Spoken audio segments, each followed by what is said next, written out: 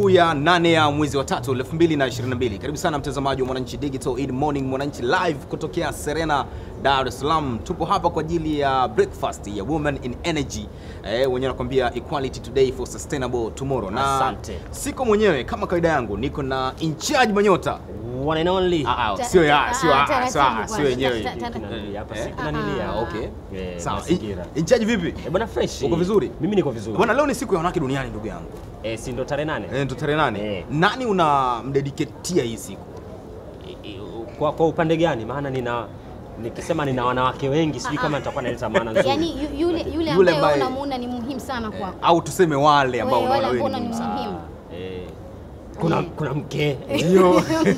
Mbona kama hujiamini? Mbona kama una mashaka nje? Kuna mke. Ndio, kuna mke, kuna binti yangu wa kike pia. Sawa. Au wanatosha. Na kitu ambacho nimekiona asubuhi alfajiri na mapema aliamua kutuwekea bwana kwenye status. Nikatandaza pale. Ukaweka mkeka.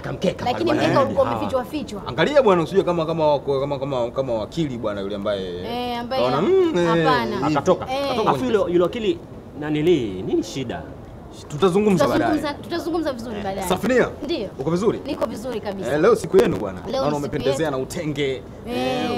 Unajua mambo haya sisi tumeanza tangu jana. Jana tulifanya vizuri sana pale tukiwa ofisini kwetu tukasherehekea na tukaadhimisha, lakini leo ndo tuko kilele rasmi. Kwa hiyo tumejipanga na kama tunavyoanza asubuhi kuna Women Energy ni breakfast inakuja, lakini pia jioni kuna event nyingine ya Raising Women ambayo itaanza saa 11 mpaka pale saa 3. Okay. Kwa hiyo maandalizi yako vizuri na sisi tunaanza kwanza na Morning Mwananchi, mambo mengine yatafuata baadaye. Na mimi nitafurahi zaidi kama baadaye Muhimili utanipa nafasi nitoe historia kafupi. Unajua ili tukio leo hii duniani kote wanalisherekea, lakini lilianzishwa na wanawake kama 15,000. Basi tutazungumza mwaka 1900 na pressure ya nini? Uko Serena hapa. Kuwa na amani. Sawa. Bwana tuko live kupitia Facebook, kupitia Twitter pamoja na Instagram, bila kusahau platform mama ya YouTube. Yes. Sasa hivi tuko moja kwa moja. Cha kufanya wewe ni kuingia na kudondosha comment. Cha kwanza kabisa cha kufanya ni kutuambia siku hii ya leo unamdedicatea nani na kwa nini? Masiwe baba. Leo ni siku ya wanawake. Nasikia ile mimi ndo baba, mimi ndo mama. Sanaweza akananiu. Hapana. Akananiu eti. Hiyo staki. Tunamsubiria siku yake yenyewe. Atasubiri siku yake. Bwana kuna siku ya baba pia. Siku ya baba japo yeye ni haja inanili. Na kuaga kinyonge sipendi ikifika. Kwa sababu haijatambuliwa na Umoja wa Mataifa. Bwana tutakuwa na utaratibu ule wa kila siku. Tutaanza na magazeti ambayo tuko nayo siku leo. Mikononi mwetu mimi na gazeti la Citizen, niko na gazeti la Mwanaspoti, in charge Manyota ana gazeti la Mwananchi. Gazeti mama. Bila kupoteza muda in charge tupitie kwenye gazeti la Mwananchi. Kwamba nianze mimi eti. Anza wewe. Bwana mamlaka yatua kwa wanawake. Mamlaka. Ukurasa wa kwanza kabisa, Tanzania na rekodi ya uongozi. Mamlaka yatua kwa wanawake. Sasa kuna Samia hapa, kuna Dr. Tulia, kuna Dr. Taxi. Wamewapa hamasa wanawake, wanajivunia rekodi ya Afrika. Lazima tujivunie. Lakini pia wasomi waeleza kinachowabeba kwenye uongozi na swala zima la kusaka usawa. Sawa. Yani sisi tunajua kinachowabeba pia. Ngoja kwanza. Wasomi wameeleza. Mimi ni moja kati ya wasomi. Wewe ni moja kati ya wasomi ambao wameeleza. Ambao naeleza walichokieleza hawa wasomi wenzangu. Kwa hiyo kinachowabeba tunakijua. Kinachowabeba. Yaani mbona kama unataka siwashushi. Ila unataka kusema kinachowabeba tunakijua. Rekodi nzuri mnafanya. Sasa Dr. Nderakiko ni Nderakindo, huyu ni kielelezo cha wanawake mabingwa wa hesabu nchini. Sasa sijui Safinia ni bingwa wa lugha, lakini wanawake vitani fani ya uhandisi ni moja kati ya habari ambayo inapatikana katika kurasa za ndani upande wa gazeti la Mwananchi. Vyema kabisa, habari nyingi leo ni wanawake, lakini tunasoma wanaume kwa masikitiko. Pole sana. Lakini na jana katika maandalizi ya gazeti tulitoa kabisa taarifa kwamba habari nyingi leo kwenye gazeti la Mwananchi litawahusu wanawake. Yaani kiufupi tuseme kwamba kila ambacho kimefanyika leo kwenye magazeti haya yote matatu, shughuli kubwa imefanywa na wanawake ambao wameifanya siku ya jana kufikia siku ya leo. Ukurasa wa 3. Kauli ya Mbowe ya ungwa mkono kunguruma Iringa. Mbowe kashatoka. Kaanza mishe. Alimisi kutembea. Kuna mtu aliniambia bwana kwamba akitoka huyu jamaa lazima kiwashe, yani lazima kitoka, lazima shughuli ianze. Shughuli lazima hizo. Lakini ngoja, na alisema azungumzi, alisema kwamba kuna wakati wa kunyamaza. Ile siku ya kwanza kabisa alipotoka akasema kwa leo sitoweza kuzungumza, ushafahamu. Lakini baada ya kutoka Jumapili na kuanza kuingia uraiani alikuja akazungumza baadaye. Sasa kaanza mishe. Hizi sio kampeni, hizi mishe. Tulizungumza na watu wake aliohamisi. Ndio. Na ameamua anzie mkoani Iringa. Akaanzia Iringa. Bwana kapiga Iringa kule na uhakika tenda maeneo mengi. Kwa kuna kifupi tuseme ataanza na maeneo ambayo walipoteza bunge kipindi kile nini. Wewe wasema. Hayo mawazo yako. Labda nimewaza kwa sauti. Wewe unaanza kwa sauti. Kwa sababu ataona wamepoteza. Sasa ndio maana tunaanza kule si hawapo. Wapi? Hawapo kule wote hawapo. Sasa kule tunajipanga turudishe kwa ndio chama kikubwa cha upinzani. Sasa ndio wasema sasa ndio maana yake. Ulewi nini wewe mashauri wewe? Ndo nanili inaanza. Ulewi nini wewe? 2022. Ulewi nini wewe chaji? Ndio vianze sasa hivi. Anza mapema. Vitu gani vinaanza? Sijui. Bana yuko ananali Iringa huko, Kungurume Iringa huko. Shughuli itakuwa nzuri kabisa na atakuja Dar es Salaam pia anaweza kapita. Ndio. Na mikoa mingine jirani. Sawa. Anaweza kapita. Bwana ukurasa wa kwanza ndio umepambwa hivyo. Lakini ukurasa wa mwisho ni wapeleke kwenye michezo na burudani. Ndio. Bwana 7 bila.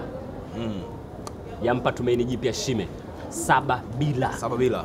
Mtu kapigwa 7 bila. Sawa, tumesikia. 7? Ndio 7 bila. Lakini hii si nataka kufanana na ile 6. Ngoja basi.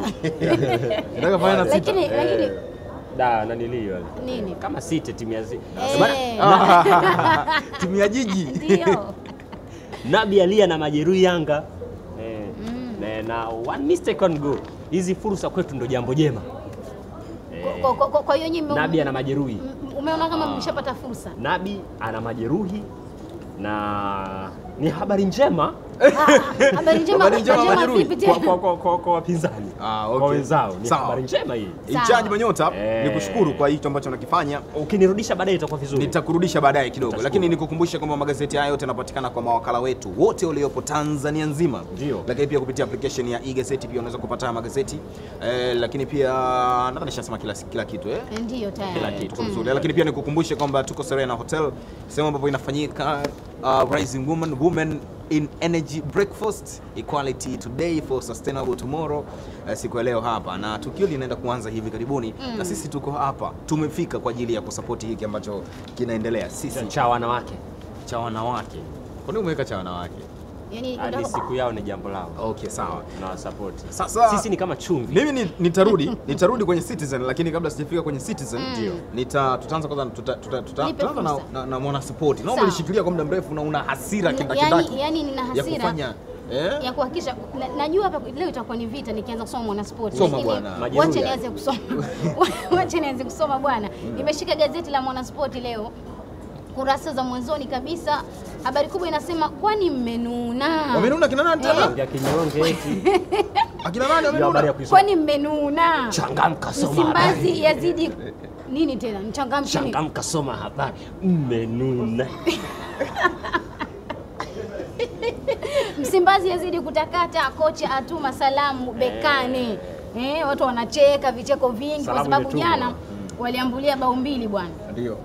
Lakini pia msimamo wa ligi top 6 waki Simba wana size wana pointi 37 angalau kidogo. Nini mbona unatolea macho? Hebu endelea bwana Safinia bwana, usimchokoze. Yanga akiwa na alama 45. Lakini kwa michezo pia lazima utaje hizo. Na lazima nitaje msimamo. Kwamba kwani mmenuna? Wewe unaonaje? Mbili. Mayele aitisha Simba. Mayele bwana nini sasa unakataa? Mnatetemekaga yani mkisikia biashara huko. Mnatetemekaga yani mkisikia kuna Mayele mnatetemeka. Saido Aucho warudi Nabi atuma salamu. Nabi ametuma salamu. Katuma salamu huko. Baada ya kuwa na majeruhi. Sasa mambo ya majeruhi ya nini tena? Mambo ya majeruhi yanatokea wapi? Tupia bari. Ndio. Waamuzi wanawake wafunguka. Na ikiwa kama leo siku yetu lazima tufunguke kila kona. Waamuzi wanawake bwana wamefunguka, habari pia utapata kwenye gazeti la Mwana Sport. Lazima. Kama unamuona vile Safinia hapo kati ameshika kipenga pale anapuliza mzee.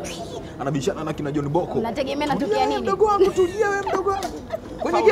Kwenye game kitambo Ligi kuu ratiba Jumamosi ijayo kuna Mbeya City pamoja na Kagera Sugar majira saa 10 kamili jioni pale Sokoine. Okay. Asante kwenye stadium. Kurasa za mwanzoni nimehitimisha hivyo, lakini kurasa za mwishoni kwenye habari za michezo kimataifa unaambiwa hovyo kabisa. Hovyo. Mambo ya hovyo. Unaongelea Manchester United? Mambo ya Manchester United goli ni hovyo. Kiani adai kile kichapo cha Man City hakikubaliki. Hakikubaliki vipi? Yaani kwa maana gani yani? Ndio maana umeambiwa mambo ya hovyo. Maana ya kutokukubalika. Yaani kwamba walipigwa, mimi tunachoona kwamba Manchester United walipigwa magoli pungufu. Pungufu kivipi? Yaani zile 4 zile hazikubaliki. Kwa nini wafungwe 4? Walitakiwa wafungwe 6, 8, 9 na kuendelea. Timu yetu sisi inauzwa, mabingwa wa UEFA tunauzwa. Wanafanya nini? Rekodi kwenye ligi kuu zimekutana mara 154 huku Man United ikishinda michezo 59, ikipoteza michezo 47 na sare 48. Rekodi iko hivyo. Rekodi sawa, japo imewabeba, lakini kipindi hicho nakutana cha nyuma kile Manchester United ilikuwa underdog. Sasa hivi si underdog tena. Kwa hiyo Manchester City, yani Manchester City kipindi hicho za mwanzoni anakutana na Manchester United. Manchester City ilikuwa kama ihefu. Kipindi kile. Yani kama leo hii ihefu ije ikae vizuri, alafu ianze kupiga Man United, ianze kupiga Simba, ipige Yanga, ipige Mtibwa. ihefu United. Kwa kipindi kile ihefu si ina basi tu. Underdog. Ngoja bwana. Basi linatosha kwa ajili ya kusafiria. Yaani ile inajivunia basi tu. Na inajivunia kwa Mtanzania. Kwa hiyo Safia umaliza bwana. Watu wabaya sana. Mimi namalizia na tipsi za kubeti ukurasa wa 5. Nimemaliza hivyo kwenye gazeti la Mwana Sport bwana. Asante sana. Kupitia ukurasa wetu wa Facebook, Mambo San Richard anasema nawapata vizuri. Nikiwa mkoani Manyara, tunapatikana kutoka mkoani Manyara. Lakini Ibrahim Lukinga anasema nawapata vizuri nikiwa Matombo. Huko ni Lindi au Lundi? Kaniambia Lundi. Tufanye huko. Matombo ziko nyingi. Lakini Prince Eddie Mwanjala anasema nawapata vizuri kutokea Karatu. Mwanjala. Amekuchanganya kidogo. Mwanjala Karatu. Kama mimi sivi. Tunaunga matukio. Unajua Mwanjala jina la mwisho afu Karatu. Kama katutoa hivi lakini sisi tunajua alipo. Bwana. Sawa bwana. Anyway lakini sawa. Bwana, tuko live kupitia Facebook, Twitter, Instagram, kila saa nitakuwa naendelea kuwakumbusha kwa sababu tukio linaendelea sasa hivi, ni watu wanaendelea kupata breakfast na huu utakuwa ni muendelezo, yani tutaliunga kabisa paka kwenye event yetu. Tutaliunga moja kwa moja paka kwenye event, wanaingia. Wengine wanaendelea kuingia, wengine wanaendelea kupata breakfast huko ndani siku leo. Naendelea kujitafuta, unajua tunaenda kusoma Citizen. Unajitafuta. Natafuta na kusanya nguvu. Kusanya nguvu. Bwana, katika gazeti la Citizen siku leo bwana, taarifa kubwa inasema Ukraine conflict not all bad news as gold appreciates. Imekubali hiyo. Imeenda vizuri. Imekubali. Imekubali. Simu yangu nanyokota. Mkurugenzi anaona ikidondoka kivunjika tutaona. Mambo yatakuwa mazuri. Lakini sema itakuwa na historia simu. Nikasikia wanawake. Sipeni tabu kukumbuka. Hii ni katika ukurasa wa pili gazeti hili la The Citizen. Mambo ya vita migogoro. Sasa hii vita migogoro haijagusa kabisa soko la dhahabu. Ambayo ni habari njema. Ambayo ni habari njema. Kwa hiyo tumia kwenye dhahabu. Mafuta iligusa. Mafuta imegusa. Nishati zingine imegusa. Hata shule tulikuwa tunazungumzia baadhi ya bidhaa ambazo zitakuwa pia zimeathirika ikiwemo alizeti, chai na vitu vingine kama hivyo. Lakini si inalimo Singida. Achana, tunaongelea duniani, soko la dunia. Alizeti international. Achana na alizeti ya Singida. Mbolea pia. Tulizungumzia hizo bidhaa. Lakini mbolea tunanunua Garasha kwenye dhahabu haijaguswa hata kidogo. Sawa. Haijaguswa kweli kweli. Hapo pazuri. Katika ukurasa wa pili. Sawa. Lakini taarifa nyingine nasema Tanzanian win recognition for number of women in high places. Tunaongelea wale wanawake ambao wamechukulia, tunamwongelea Mama Samia Suluhu Hassan, Dr. Taxi, na mwingine Mwalimu. Tunaongelea wengi Chako, Dr. Rafigwajima na wengine kadha wa kadha. Ndio. Producer naomba kidogo ongea na nani? Tulizingatie huko mengine yanaendelea tafadhali. Sawa. Sasa hii pia ni habari kubwa ambayo nayo imeonekana katika gazeti la Citizen. Sawa. Story hii ikiwa katika ukurasa wa pili. Unataka kujua nani wamekaa wapi na wapi katika nyanja za juu za kurasa. za kinini? Za kiuongozi, kitaifa na kimataifa. Taarifa hii. Nakala yako. Lakini amend marriage law to protect girl child. Hii ni katika ukurasa wa pili. Najitahidi kusoma sawa sawa. Najitahidi kusoma sawa sawa. Na unasoma sawa sawa. Lakini pia Yolanda in her element with multitasking. Rising woman. Sasa hii makala pia iko hapa katika ukurasa wa 4. Don't rush to sell your crops Bashe. Cautions. Caution ni kuambia sikiliza bwana. Msiuze bidhaa zenu haraka haraka. Subirini. Bashe, waziri wa kilimo huyo amezungumza. Hivi mazao nazo ni nishati. Mazao sio nishati. Mazao sio nishati. Nishati lazima itoe nguvu. Au ni nishati mpaka ikiingia kwenye mwili tuseme. Hata kabla haijaingia. Ikiwa na uwezo wa kujizalishia nguvu. Hiyo ni nishati. Kwa tunaweza kusema sasa unajua kuna photosynthesis zile mnazikumbuka zile. Ndio. Photosynthesis. Photosynthesis. Umeona Kwa hiyo umesomea wapi? Kabisa. Bwana, ukurasa wa nyuma gazeti la Citizen Sports, taarifa kubwa inasema prominent drives ready for Morogoro rally event. Mashindano ya magari haya. Hii taarifa iko huku na imekamilika hivi Morogoro. Lakini Mayele fit for the next league match Yanga leadership. Mayele yuko vizuri kwa mechi inayokuja. Uongozi wa Yanga umesema Mayele Fiston yuko sawa sawa. Kwa michezo inakuja. Yuko sawa sawa. Ushaambiwa yuko vizuri. Katika majeruhi hayuko. Sio majeruhi. Sasa wewe endelea kusema hivyo hivyo. Bwana, nimemaliza katika gazeti la Citizen siku leo. Lakini kwenye ukurasa wetu wa Facebook hapa naona kuna comment hapa. Anaitwa Charles Kanoni anasema nawapata vyema kabisa nikiwa Mtwara.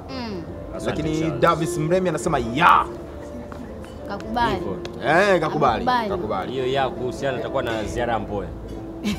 Ziara Mboya, kwa tutaizungumzia ile. Kwa bado tunayo. Au tuiache. Tutaizungumzia kidogo. Lakini pia tutamzungumzia na yule wakili. Sasa Isaya Vincent Alonda anasema niko sambamba nanyi hapo. Tunawasikiliza kwa makini na ujumbe wa leo gender equality da Ubungo Riverside. Yuko da Ubungo Riverside. Kwa hiyo kazungumzia ujumbe wa leo sawa wa kijinsia. Tadei Mrema anasema nawapata vizuri kutoka Moshi Tanzania. Thank you. Kutoka Moshi Tanzania. Itifaki imezingatiwa. Bora kama umefurahi kusikia kutoka Moshi. Hamna. Kwani ni nini? Ni Moshi. Sawa. Tuko vizuri tuko vizuri. Sawa. Bwana tuko Serena na kuna lolote? Nilikuwa nataka nikukaribishe sasa, ule ndio ulikuwa wakati wako wa wewe kuzungumzia. Kwanza tunaeleza tuko wapi. Waeleza. Watu wanaweza wakashangaa. Kwani leo imekuaje? Wapo nyuma kuna warembo, mazingira mazuri, nini safari yakapendeza leo. Vitu kama hivyo. Hapana, tuko Serena Hotel. Hawa ni watu wetu hapa Dar es Salaam. Hii sio ya Zanzibar, hii ya Dar. Na hawa ni watu wetu wa karibu, washirika wetu wa karibu kabisa. Na kuna tukio letu la ambao tunalishiriki siku ya leo la tarehe 8. Kila mtu anajua kila inapofika tarehe 8 bwana ni siku ya wanawake duniani, all over the world, duniani kote. Na ni siku ambayo ilianzishwa na wanawake 15,000 tu. 15,000 tu? 15. Waliwaza nini? Walichokuwa nakiwaza mazingira magumu ya kazi. Sawa. Walikuwa wanayapitia. Mshahara mdogo, mpunga. Wako na mpunga ueleweki. Hivyo vitu viwili. Lakini cha tatu kikubwa ambacho walikuwa wanapambana nacho, walikuwa wanataka wawe na uwezo wa kupiga kura katika kuchagua viongozi. Sio mnaelewa vizuri. Tupate ile fursa ya wajibu na haki. Wakajiorganize. Wakasema bwana, sisi tuanze kupambania hili jambo mwaka 1908. Nchi gani ilikuwa hiyo? Marekani ila ni black. Black women. Black, unajua ndo unajua kipindi hicho ndo baada ya utumwa ule. Kwa akawa ananyanyaswa, kwa akaza jamani hizi loweje hizi si hatuzitaki hizi. Unakumbuka zile point loweje poor capital, lack of capital, poor infrastructure. Marekani hamna poor infrastructure. Zinakaa tu infrastructure. Ukiongelea infrastructure maana yake tunazungumzia miundombinu inakaa kokote, hata kwenye miundombinu mizuri kuna miundombinu mibaya. Sasa hamna, Marekani hamna poor infrastructure. Poor maana yake ni kwamba miundombinu sio uwezeshi. Ila kule hiyo point yako haitoboi. Hiyo point yako kule haitoboi. Usiniambie hivyo, usilazimishe bwana. Bunda sikiliza. Poor infrastructure, miundombinu sio wezeshi ya kuhakikisha wanawake hawashiriki katika Ndio maana wakaanzisha hilo vuguvugu. Mimi nikueleweshe. Umenielewa sasa? Nimekuelewa, nisikilize. Kana flow. Tukisema poor infrastructure tunachokimaanisha mifereji mitaro mibovu, kitu ambacho Marekani hamna. Hakuna. Sio, unanielewa vizuri. Barabara zina magingi. Sio hivyo bwana. Ndio. Hizo ndio poor infrastructure ambazo tunazungumzia bwana. Bwana, leo ni siku nzuri. Tarehe 8 tuko Serena Hotel hapa na event yetu ndo kama hivyo unavyoona.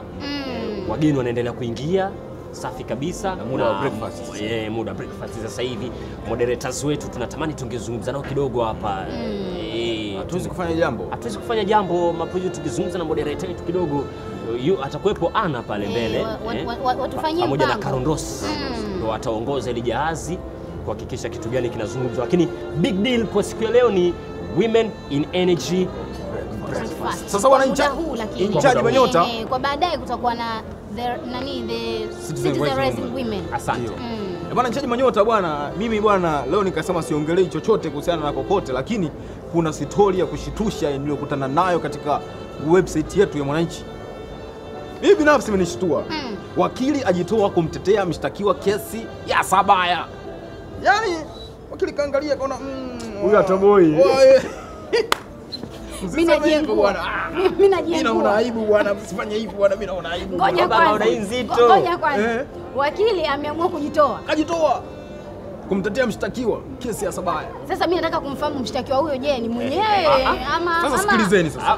Manake wakili anatetea kama watu wawili ama watatu kama sikosei. Sikiliza sasa. Wakili wa mmoja wa watatu wanaoshtakiwa pamoja na aliyekuwa mkuu wa wilaya ya Hai Sabaya kwa hujumu uchumi na utakatishaji fedha amejiondoa kumtetea mteja wake. Taratibu. Sawa. Take it easy, don't panic. Sabaya anamteteza. Ngoja amalize story. Na havai barakoa. Subiri kwanza. Ngoja amalize. Unajua sababu ya kwa nini Mboya kwa navaa barakoa? Nilikuwa najua. Ilikuwa coming soon. Sawa. Sasa wakili Buemelo amesema ameamua kujiondoa kumtetea mshtakiwa wa tatu katika kesi hiyo, Bwana Watson Mwahomange, kwa kile alichodai kuwepo kwa mgongano wa kimaslahi na kulinda maadili yake. Sasa wewe unajuaje kama tunasoma peke yako? Mimi hiyo story nimeipitia kwetu kwenye YouTube yetu nikaikuta. Wakati naisikiliza nikasema hata na ibidi kwanza nipate information zaidi kwenye website. Kwa sababu kule alizungumza kwamba mimi bwana maadili yangu ya kazi yamenifanya nasikia alikuwa analazimishwa kuzungumza baadhi ya vitu ambayo italeta conflict of interest anasema. Yaani wewe mteja unalazimisha mimi nikaongea tofauti mbele ya mahakama. Kazi yangu jinsi ninavyotaka. Sasa bwana anachodai ni kwamba sababu muongo. Ngoja kwanza basi sio nini, lakini anachodai ni kwamba kuna mambo ambayo mshtakiwa huyo alimtaka yaeleze mahakamani, lakini akaona isingewezekana kufanya hivyo kutokana na maadili yake ya kitaaluma. Maadili ya kitaaluma. Maadili ya kinini? Ya kitaaluma. Sema taaluma. Kwa hiyo maadili yake mshtakiwa yule hana taaluma. Yaani mshtakiwa inaonekana kwamba wakili si anatetea. Wakili ni mtetezi wako mahakamani. Kwa hiyo yeye anamwambia bwana fanya, akamwambia mimi bwana sisemi bwana hivyo kutokana na hivyo. Wakili, ngoja tu discuss kitu kimoja chini. Sawa. Wakili unagomaje kutetea wakati siku zote waga mnatetea hata msiku? Ngoja kwanza.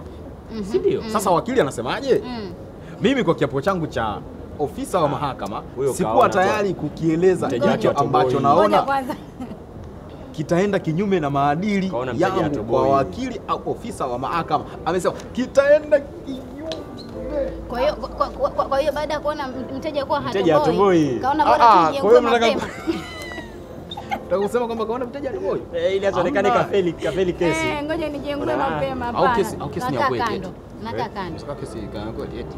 Ikano kweli. Akaambiwa asema hiki labda tunawaza tukwa sawa. Yeye ndo akawa anasema sema hichi kweli ni hichi. Weka hiki lakini yeye zungumza hili. Sasa kaona ili nitoke huko. Mfano yani hapo tunatoka da. Si mnaelewa vizuri. Sio kirahisi lakini. Zangu sikatoka. Sasa huu ni mfano.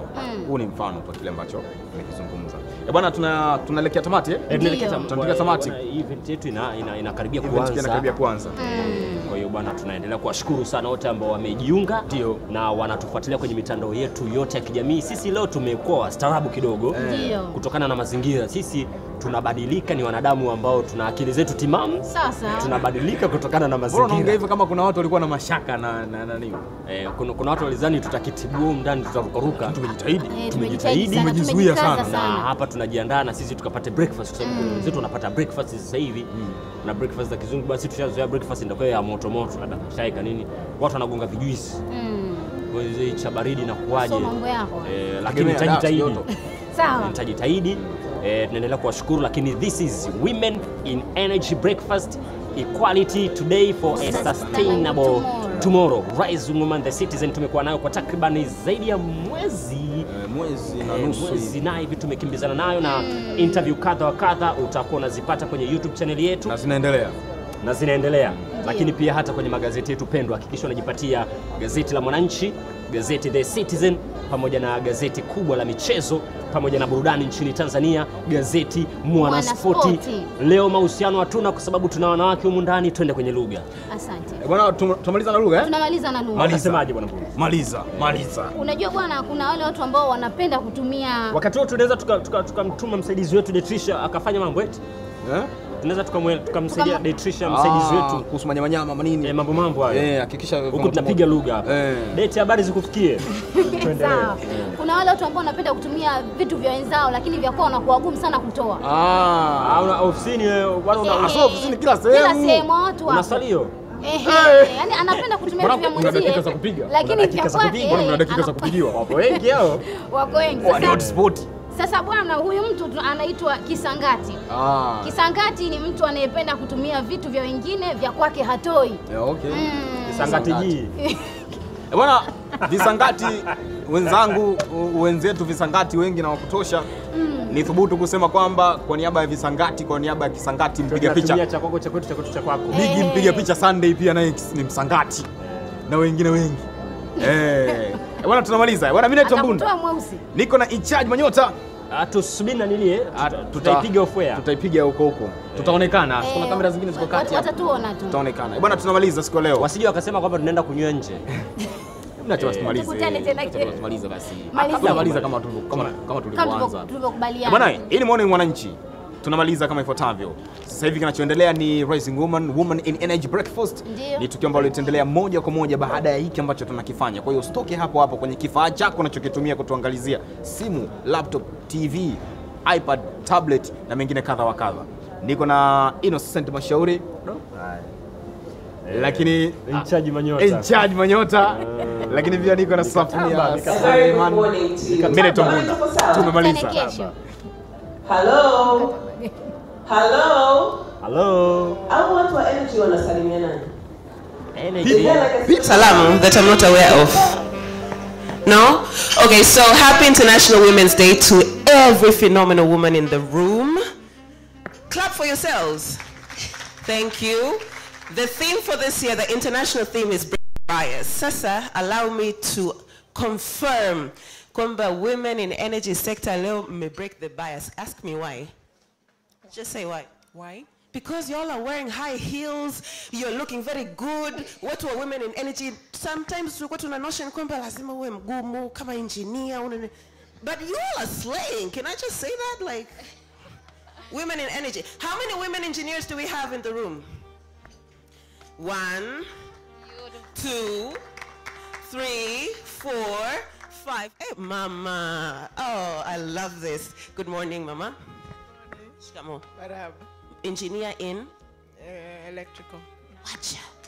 Simchezu. Sawa jamani. Kwa jina naitwa Karo Ndosi. I'm a development practitioner, a global goals champion. I advocate for sustainable development goal number 4, 5, 8, 10, and 13. And so because of goal number 13, niko hapa, lakini pia mimi ni mdau sana wa maendeleo na mpango wa maendeleo wa taifa, na kuna kitu kinaitwa National Skills Development Strategy. Ni eneo ambalo pia nalifanyia kazi. Huwa tunaainisha maeneo 6 ambayo tumepangiwa kwenye mpango wa maendeleo wa taifa kwamba to focus on. So 6 priority sectors. We have energy, we have ICT, we have tourism, we have hospitality, tourism and hospitality, sorry. We have construction, transport and logistics, and agriculture and agribusiness. Kwa hiyo nishati kama nishati au energy kama energy ni sekta muhimu sana. Na kwa hilo tu, kwa sababu kuna wanawake wengi sana huko ndani kwenye hii sekta, naomba tujipigie makofi tena kwa mara nyingine. I'm hoping this is the actual representation, because if this is true, then it would be very encouraging, right? But without further ado, allow me to welcome my host. We will be moderating the event together. Karibu sana dada. Asante Karo. Habari za asubuhi jamani. Mmepoa. Habari za asubuhi. Warika langu na wadogo, mambo, wakubwa, shikamoni. Hata mmependeza sana kama alivyosema Karo. Yani tulikuwa tunadiscuss kusema jamani, hawa ni wa sekta ya nishati kweli. Mbona wadada wameslay namna hii?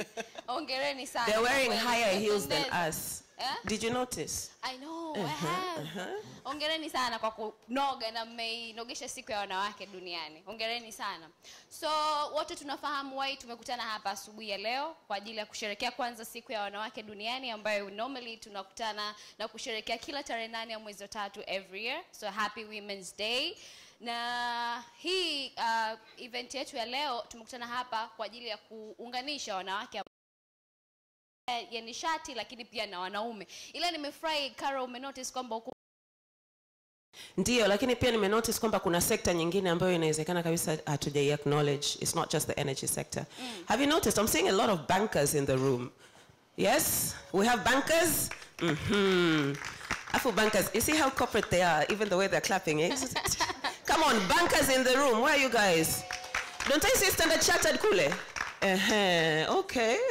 So, mimi naitwa Anna Portes, ni nafanya kazi na kampuni ya Mwananchi Communications Limited, ni mwandishi wa habari by professional, and leo nina furaha kubwa sana kukutana na nyie hapa asubuhi ya leo kwa ajili ya kuzungumza mawili matatu. Niwakumbushe tu kwamba event yetu ipo live kupitia Mwananchi digital platforms. Kwa hiyo kama bado haujasubscribe kwenye YouTube channel yetu, make sure unafanya hivyo. Ingia tu YouTube, andika pale Mwananchi digital, subscribe, na pia utufollow kwenye mitandao yetu yote ya kijamii, na maanisha Facebook, Instagram pamoja na Twitter. Karibuni sana. Kwa wale ambao bado ndio wanaingia sasa hivi, unaweza kaingia moja kwa moja ukachukua breakfast, ukaja ukakaa, tukaendelea kupiga story au vipi? Kama ni wana mmepoa, we should do tufanye kama No, I wanted if we can, well, I'm hoping this will. But okay, so this year kama nilivyosema kauli mbiu inasema break the bias. Do we know the sign for breaking the bias? Nice, nice. Okay, so when I say break the bias, jamani, we are live, so yo, please don't embarrass us, eh? No. Break the bias, you say ahoo. Yeah. You gotta give some into it, okay? So break the bias. Hey, jamani. Whoa. Can we get some more coffee? Is it coffee? Or is it sugar? Do we need sugar? Okay, one more time. Break the bias. We're getting there. One more time. Break the bias. Okay, kidogo, I'm encouraged. Kidogo. So without further ado, naomba twende kwenye technical department. We are about to view two beautiful videos that have been prepared for us. So please, I would like to direct your attention to the screens. In a world of variety and information overload, communication and connections are everywhere. Chances, opportunities, or just mere luck are all possibilities. Clarity, reliability, and confidence is key. Taking chances moves you forward. But reliable and informative sources get you there. More content, better business for you. The Citizen. It's the content that counts.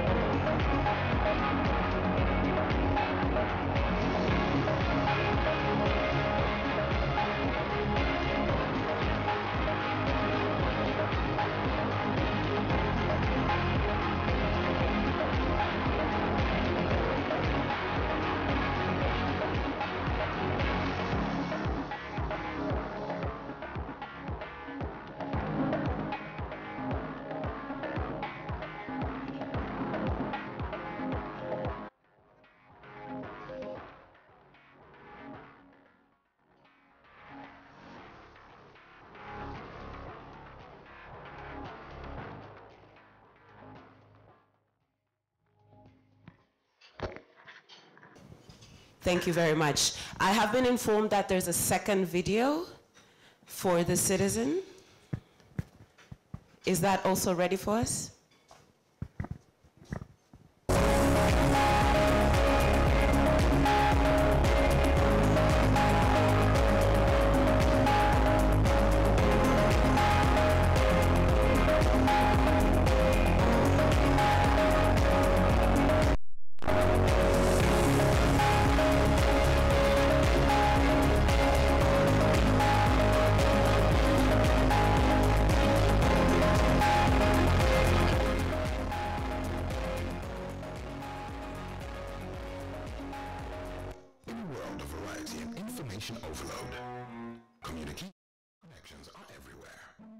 Chances, opportunities, or just mere luck are all possibilities.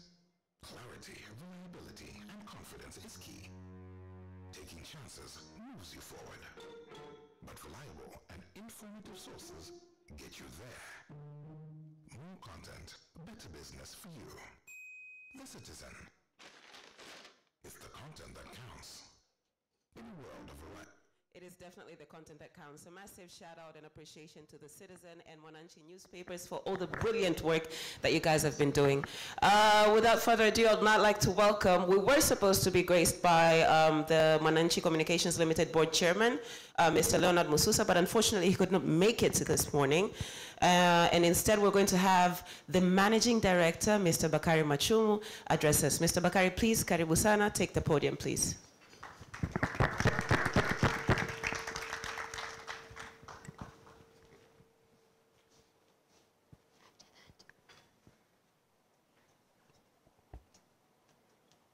Habari za asubuhi. Habari za asubuhi. Good morning. Good morning. Welcome to... Bakari, sorry, I'm not convinced by the good morning they gave back to you. Kabisa, you have to do better than that. Labda chai hajafika mahali pake. Okay, let's try again. Let's see if they give you the same energy. Good morning. How are you? Hey, hapo angalau. Karibuni katika second edition ya initiative ya The Citizen Rising Woman ambayo ilianzishwa mwaka jana na tukaisherekea kwa kufanya profiles za wanawake ambao wameonyesha kuweza. Wanawake ambao wametoa mfano. Na katika stories 61 tulizozitoa, kila moja ilikuwa inakuja na kionjo chake. Kafika pale, kafikaje? Hakukuwa na red carpet imetandikwa kwamba mtu anapita tu anapata mafanikio. Kulikuwa na milima na mabonde. Walifikaje pale walipopita kwa kukwepa hiyo mishale, milima na mabonde? Ndiyo ilikuwa dhima ya kuonyesha kwamba kinawezekana. Kama ameweza mmoja, kwa nini mimi nisiweze? So today we are meeting for the second edition ya The Citizen Rising Woman. But this morning we are doing a special event. Special edition of the Citizen Rising Woman, focusing on the energy sector. Ukiangalia mwaka jana tulifanya sekta kwa ujumla, na leo jioni tutakuwa tukifanya sekta zote kwa ujumla. Lakini this morning we have singled out the energy sector because of its importance kwenye maisha yetu na uchumi kwa ujumla. Na naomba nitoe credit where it's due. When we were organizing this year's event, we were going the same way to cover all the sectors. But women like Sarah Majengo, men like Anael, they said no. This sector is big enough to stand alone. Kwa hiyo tuko hapa ni kwa sababu ya hawa ndugu zetu wa Songas to take the lead and to want the sector to stand out. So thank you Songas na sisi kama Mwananchi Communication letu lilikuwa ni kutekeleza tu. Kutekeleza kwa maana ya kuwaleta pamoja wadau wa energy sector, kuangalia umuhimu wa sekta hii, na kama theme yetu ya mwaka huu inavyosema, International Women's Day inasema break the bias. Tunazungumzia breaking the bias across various sectors, but in the energy sector we are looking at inclusiveness. We are not talking about now is the time for women. Actually, what Songas are saying is they want that inclusiveness, men and the women working together katika sekta hii muhimu sana. Kwa hiyo sisi tunafurahi kuwa part of this development ya kupush energy sector na kuencourage wanawake kwamba wanaweza mahali popote pale. Kama wana mikono miwili, wana miguu miwili, wanaume wana mikono miwili, wana miguu miwili, tuna kichwa kimoja, kwa nini tushindwe? Kwa hiyo na wakaribisha sana katika mjadala wa leo, tukitegemea kwamba tutakuwa na majadiliano yatakayoweza kuchochea ushiriki wa kina mama, kina dada katika sekta hii muhimu.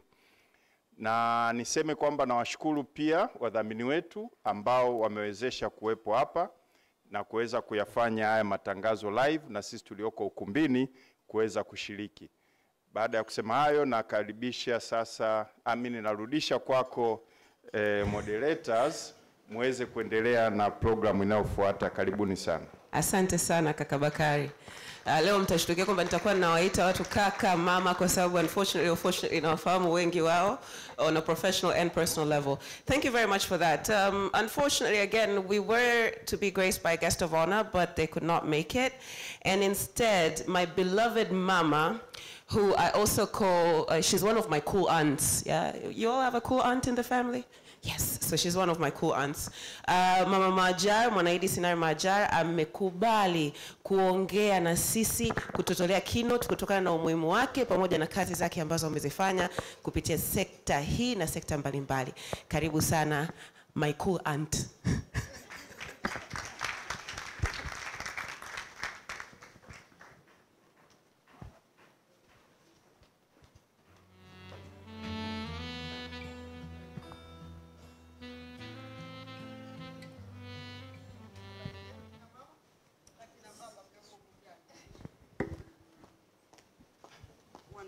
Kubwa sana, lakini habari zenu kina mama na kina baba mlioko humu ndani? Hata hamjibu kwa sauti. Nikajua kwa sababu wewe ni mama kidogo watu kuogopa. Hapa hamna kuogopana. Isipokuwa asante sana Karo. Asante sana Bakari. Am I daring? Bakari kaniomba niwe mgeni rasmi. And of course I laughed, but I agreed kwa sababu when I was invited last Friday to come be on the panel, I was desperate for information.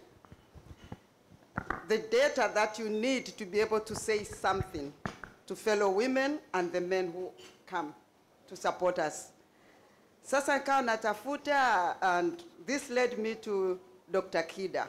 Tausi Kida wa ESRF, because I know ESRF ni institution ambayo imejikita katika kutafuta data na inform so that we can make decisions on the basis ya real scientific analysis. So Dr. Kida akanipa some information ambayo mimi kwa dakika zangu 7 kama panelist ningeweza nikatumia, lakini that information is so good, and I think if I present part of it to you today, it will inform you and prepare you in the discussions that are going to ensue kwenye siku ya leo.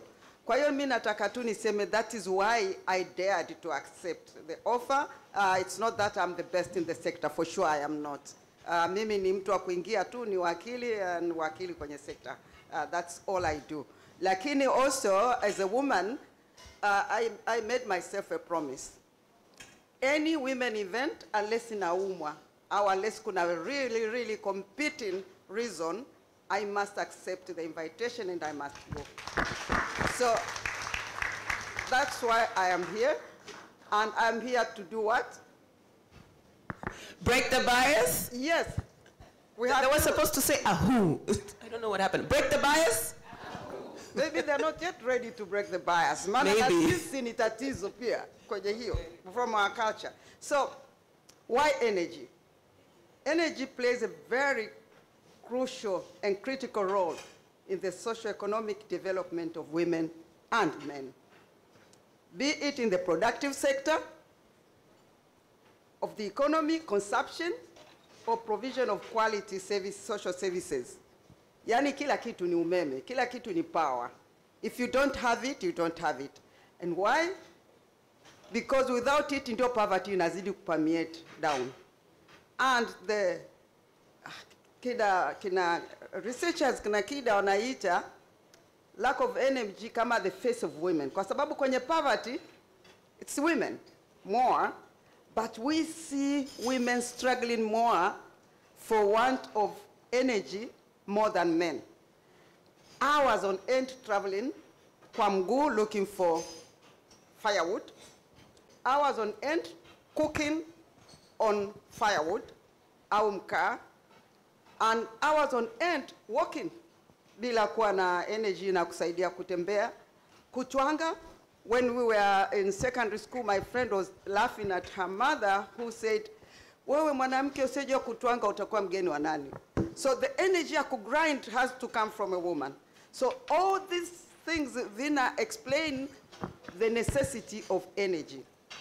When Hoover discovered the machines za kusafisha, wanawake wa kizungu walisema he was a liberator for women. So these things actually liberate women from poverty and then make women enter the development angle, wanatoka kutoka kwenye umaskini wanakwenda. So within the energy sector, governments do take action, na serikali yetu inachukua action. So within the energy sector, there are a number of national programmatic efforts for sustainable energy access in the country by 2030. Hizo ni policy matamko. The National Energy Policy 2015, the Power System Master Plan, yani vyote viko in place. Tutaona baadaye, are they really working? And that's what I looked at when I was preparing for my panel. So there are a number of ongoing developments and initiatives aimed at expanding access and improving reliability of energy source. Plans for increasing renewable electricity generation capacity have been developed, including Julius Nyerere Hydropower Project, mnaijua, that is a 6 trillion plus development project. Wanawake wangapi wako kwenye hiyo kwa contractor? That's what I was going to ask. Wanawake wangapi wanashiriki katika ujenzi wa hiyo? Because that is where the employment also is. And the other number of projects coming, ambazo ziko zinakuwa developed. And those are aimed at actually now ensuring that we are energy sufficient as a country, which will bring a lot of changes in the way women actually participate in the productive sector and even in the social sector. Productive sector, wanawake wako kwenye food processing, wako kwenye kupika, wako kwenye kugrind, wako kwenye kufanya kushona. All these things require energy, lakini wanatumia a lot of manual energy ili kuweza kufanya hivyo vitu. Na when you talk of development, entrepreneurship ndio inayoleta maendeleo ya nchi. Without entrepreneurs you don't. Na wanawake ndio wengi katika hiyo. I mean, tuko just above half population yetu. Sasa sisi ambao ndio tuko wengi ndio tunaoweza kuchangia katika maendeleo yetu. Now the government prioritize energy kama essential component of its development vision 2025. Iko. And the realization of medium-term development objectives. It's there. It's in the policy. And we have also the 5-year development plan, the third one now ongoing, in a streamline women participation and gender participation and gender inclusive and diversity. Lakini we will see later when we go on the panel what we need to do to actually deliver on those policies and those requirements.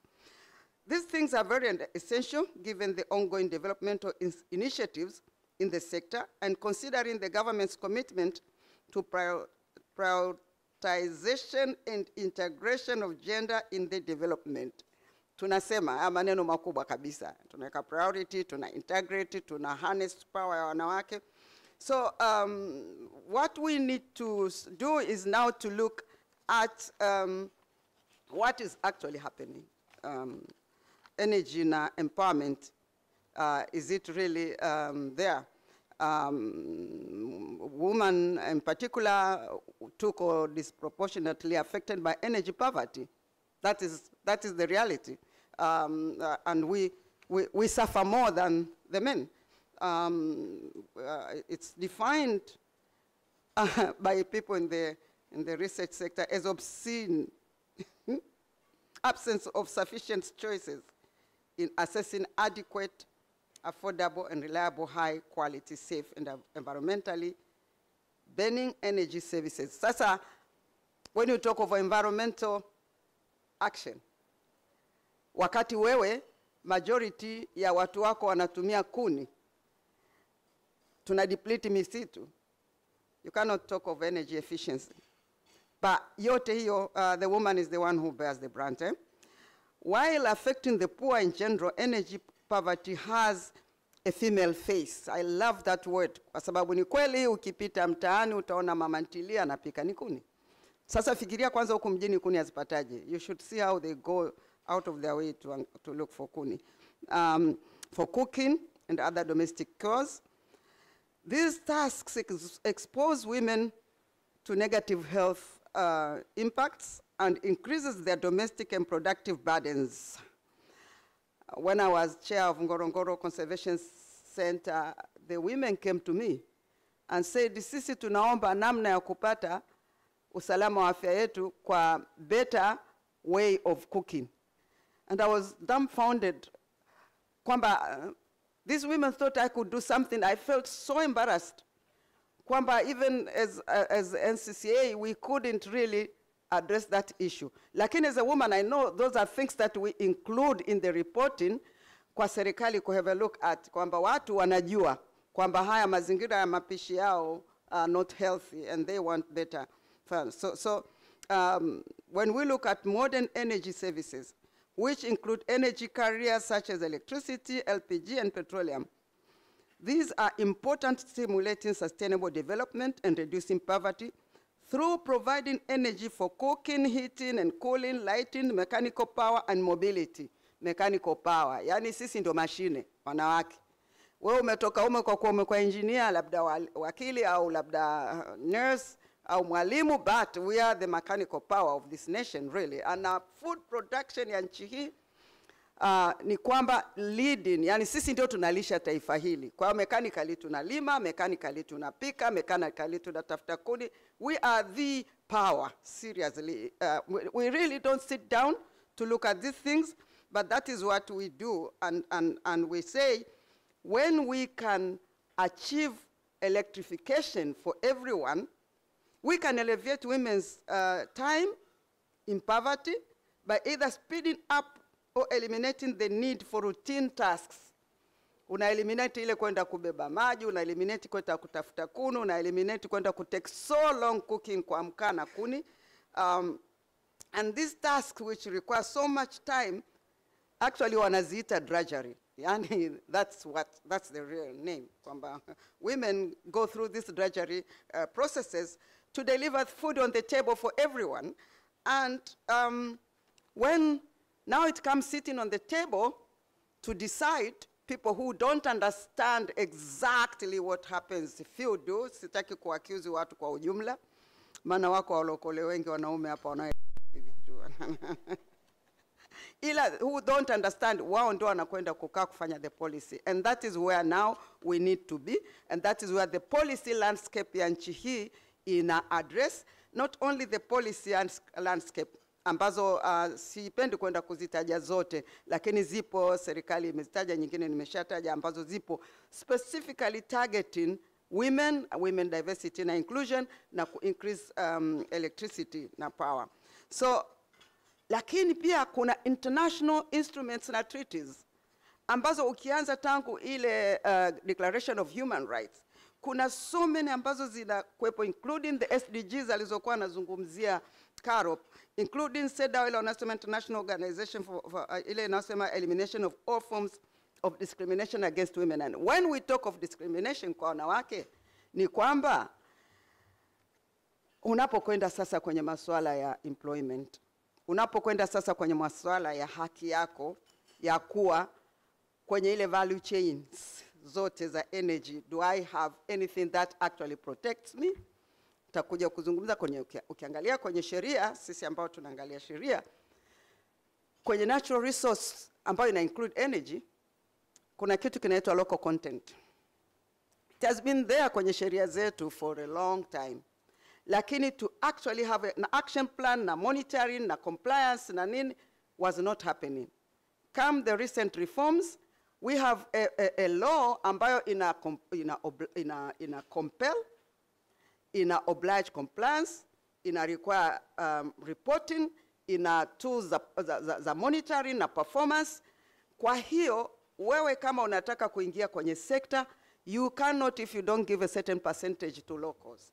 Now we need a law ambayo itasema, katika hao locals, you have to have a certain percentage kwa wanawake. Bila sheria, it will never happen. Alafu, ile reporting iwe mpaka kwenye financial reports za kampuni. You have to show in your financial reports how you comply to diversity. Kwa mfano, when I got on the TANESCO board, which I do each time I get on a board, what is the percentage of women in the employment workforce? Iko about 12,000 plus. 20%. Na hiyo iko confirmed na ESRF research. 20%. Hiyo 20% watakwambia unajua kazi hizi ni kazi hatarishi. It's not. Muulize mama engineer pale atakwambia she can do anything anyone else can do, a man or a woman. So what we need is to do what? Break the bias. Na sisi wenyewe tuanze kujikumbusha kwamba I need to go there and be in that position. If you don't, no one is actually going to do that. Wewe unapaswa kusema kwamba mimi ni engineer. I want to be in production. I want to be in distribution. I want to be in this particular position. Na si kwamba ni kwa sababu kazi hatarishi. What about the administrative positions? Do we actually interrogate the requirement, our HR resources by saying how many women have we hired? Private sector Songas, do you actually ask yourself that question? How many women you hired? How many you retained? How many you promoted and advanced? How many you actually mentored and sent out to work and to get more experience so that they can come back and be the leaders of that institution?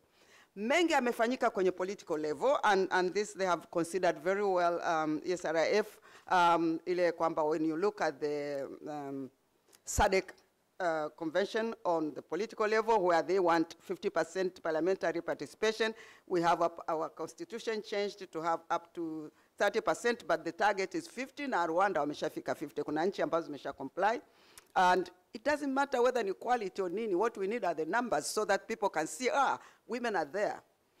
And in the cabinet, in the judiciary, everywhere in the ministry, I was amazed to see SRF, when they're looking at the employment numbers, the ministry has 44%, which is something to clap for. Kwa sababu, it is a very new dawn kwetu. Now, of course, kuna a lot of changes also in the national landscape concerning women engagement, because we have a president who is a woman. And, you know, I look at men that told me on my face in 2014, Tanzania is not yet ready for a woman president, and they have to sit in the cabinet under a woman. and go to parliament and a woman, and I feel very sorry for them. But these things are happening. Now, the more we talk about them, the more we say break the bias, the more we talk to ourselves as women and say, hivi vitu tubadili. Unajua women, we have been conditioned in a way kwamba we even protect our men. If you are earning and doing better, you don't want anyone to know that. Itakuwaje? So these are things tunazaliwa navyo. We condition our girls to think tofauti. Yani hata akiomba kazi, anajivet kwanza. I cannot make it. The men don't vet themselves. They go and they get vetted. And I keep telling the women I talk to and mentor, you just go and you will get surprised. And many have been surprised. There's one that we hired recently for an institution. She didn't go for the top job. And when we interviewed her, I was saying, why didn't you apply for the top job? Of course, she didn't have a very good answer.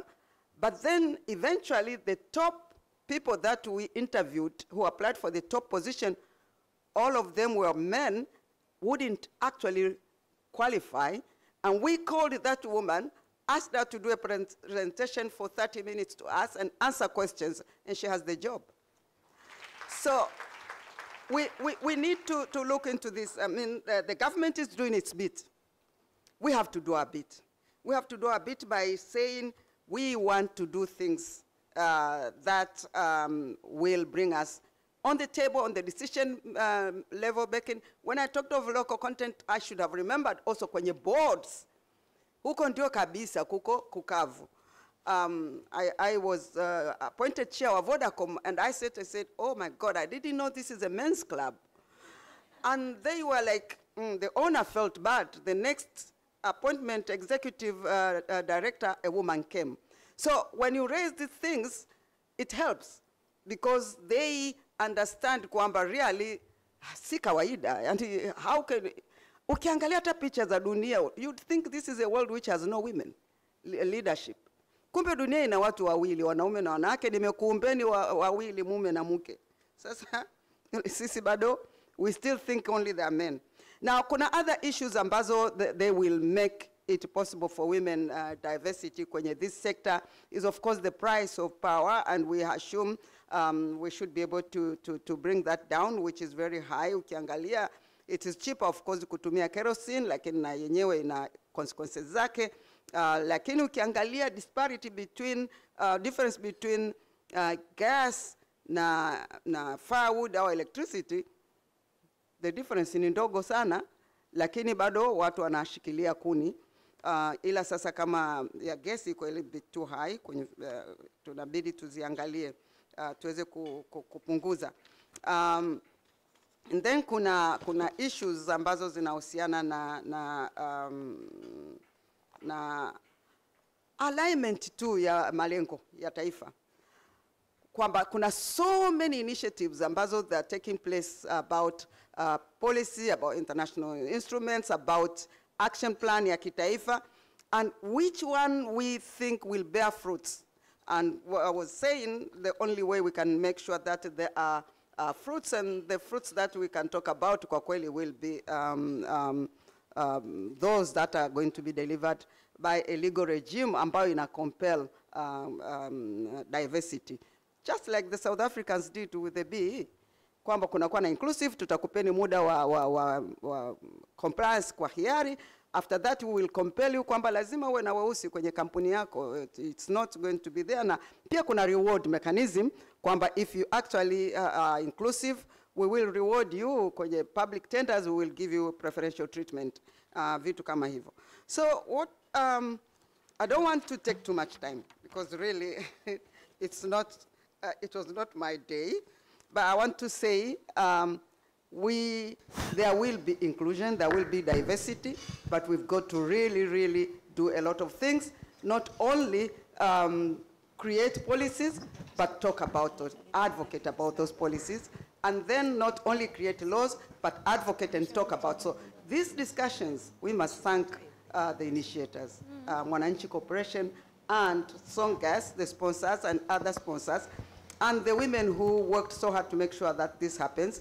Kwa sababu without them isingekuwa. Na pengine when we talk like this and we talk to each other, we remind each other of our responsibility to ensure inclusivity and diversity ya gender. Bila si hivyo, it will happen but very, very slowly. Sasa tunataka ku fast track. Bye. Bias. Thank you. Asante sana Mama Maja. Nilikuwa ninakuomba usishuke kwanza kwa sababu tunakukaribisha tena kwenye panel. Kwa naomba just pick any seat please. Tuendelee. Sasa before we start introducing the panel and welcoming them on stage. Jamani Kiingereza sometimes yeah, English is not Englishing, yeah. I wanted to ask randomly, what's the bias in the energy sector out of the top of your head? One bias. I think one of the biases is that we don't have enough women in the STEM sector. I understand that private companies are working hard to make sure that they bring a lot of women into the STEM sector so that they can be able to work and provide services to the energy sector. But it's not a bias. It's not a bias. It's just that there are not so many women there. Okay, let me look for another bias. Corinne, one bias in the energy sector. Thinking. Any bias? Bankers, eh? Bankers. I'm sure you're thinking with your left brain. You want to be very analytical. One bias, jamani. Let me go for a gentleman. Ni wanawake kujiamini tu. Ndo bias iliyokuwepo. Is that really a bias? Is it a bias? Ladies, is it a bias? It is. No, it's not. Kaka nimependa umechokoza. Why is it not?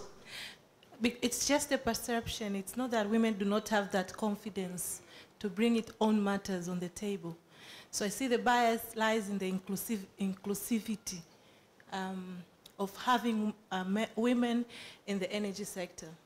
So the bias is in the hiring processes? Exactly, yes. Thank you very much. Asante kaka. One bias. Hello. Hello. One bias. Well, I think it's the best not within us, the women. It's the men that don't believe in us. I think as that the belief is that they fear us. They fear us. Kwa kweli.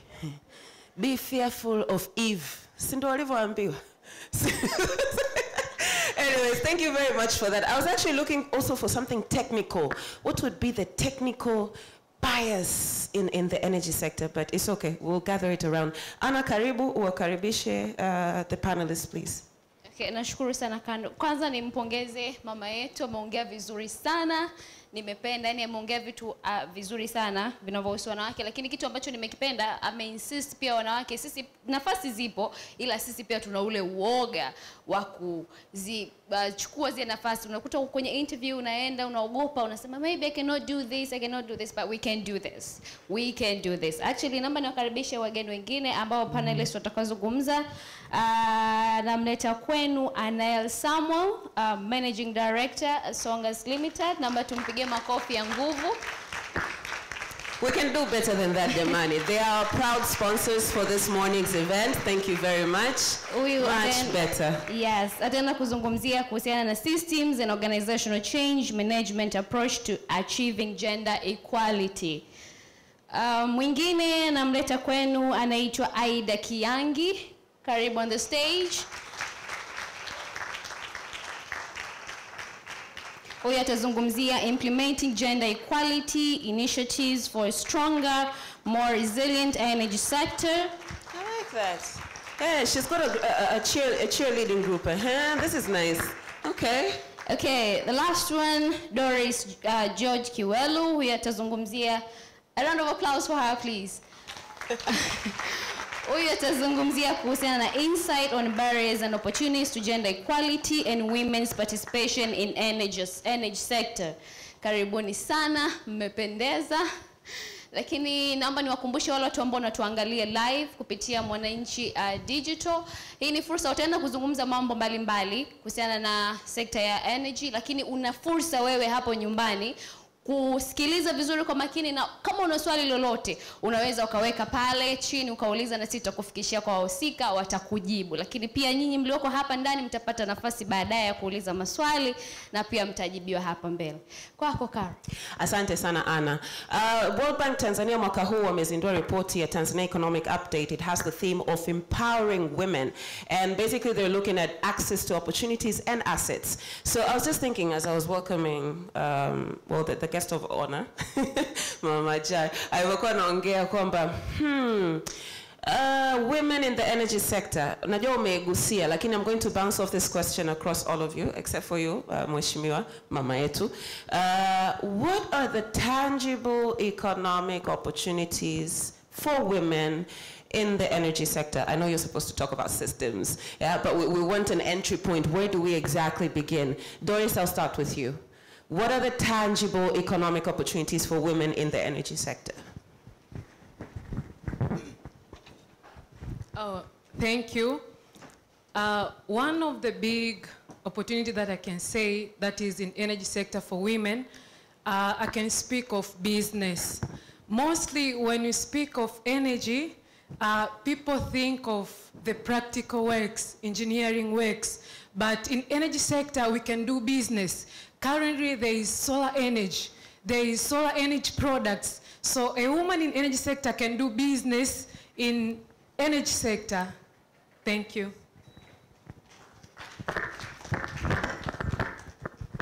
Please, Dada Aida, karibu sana. Tangible opportunities for women, economic opportunities. Can women really earn money in the energy sector, do you think?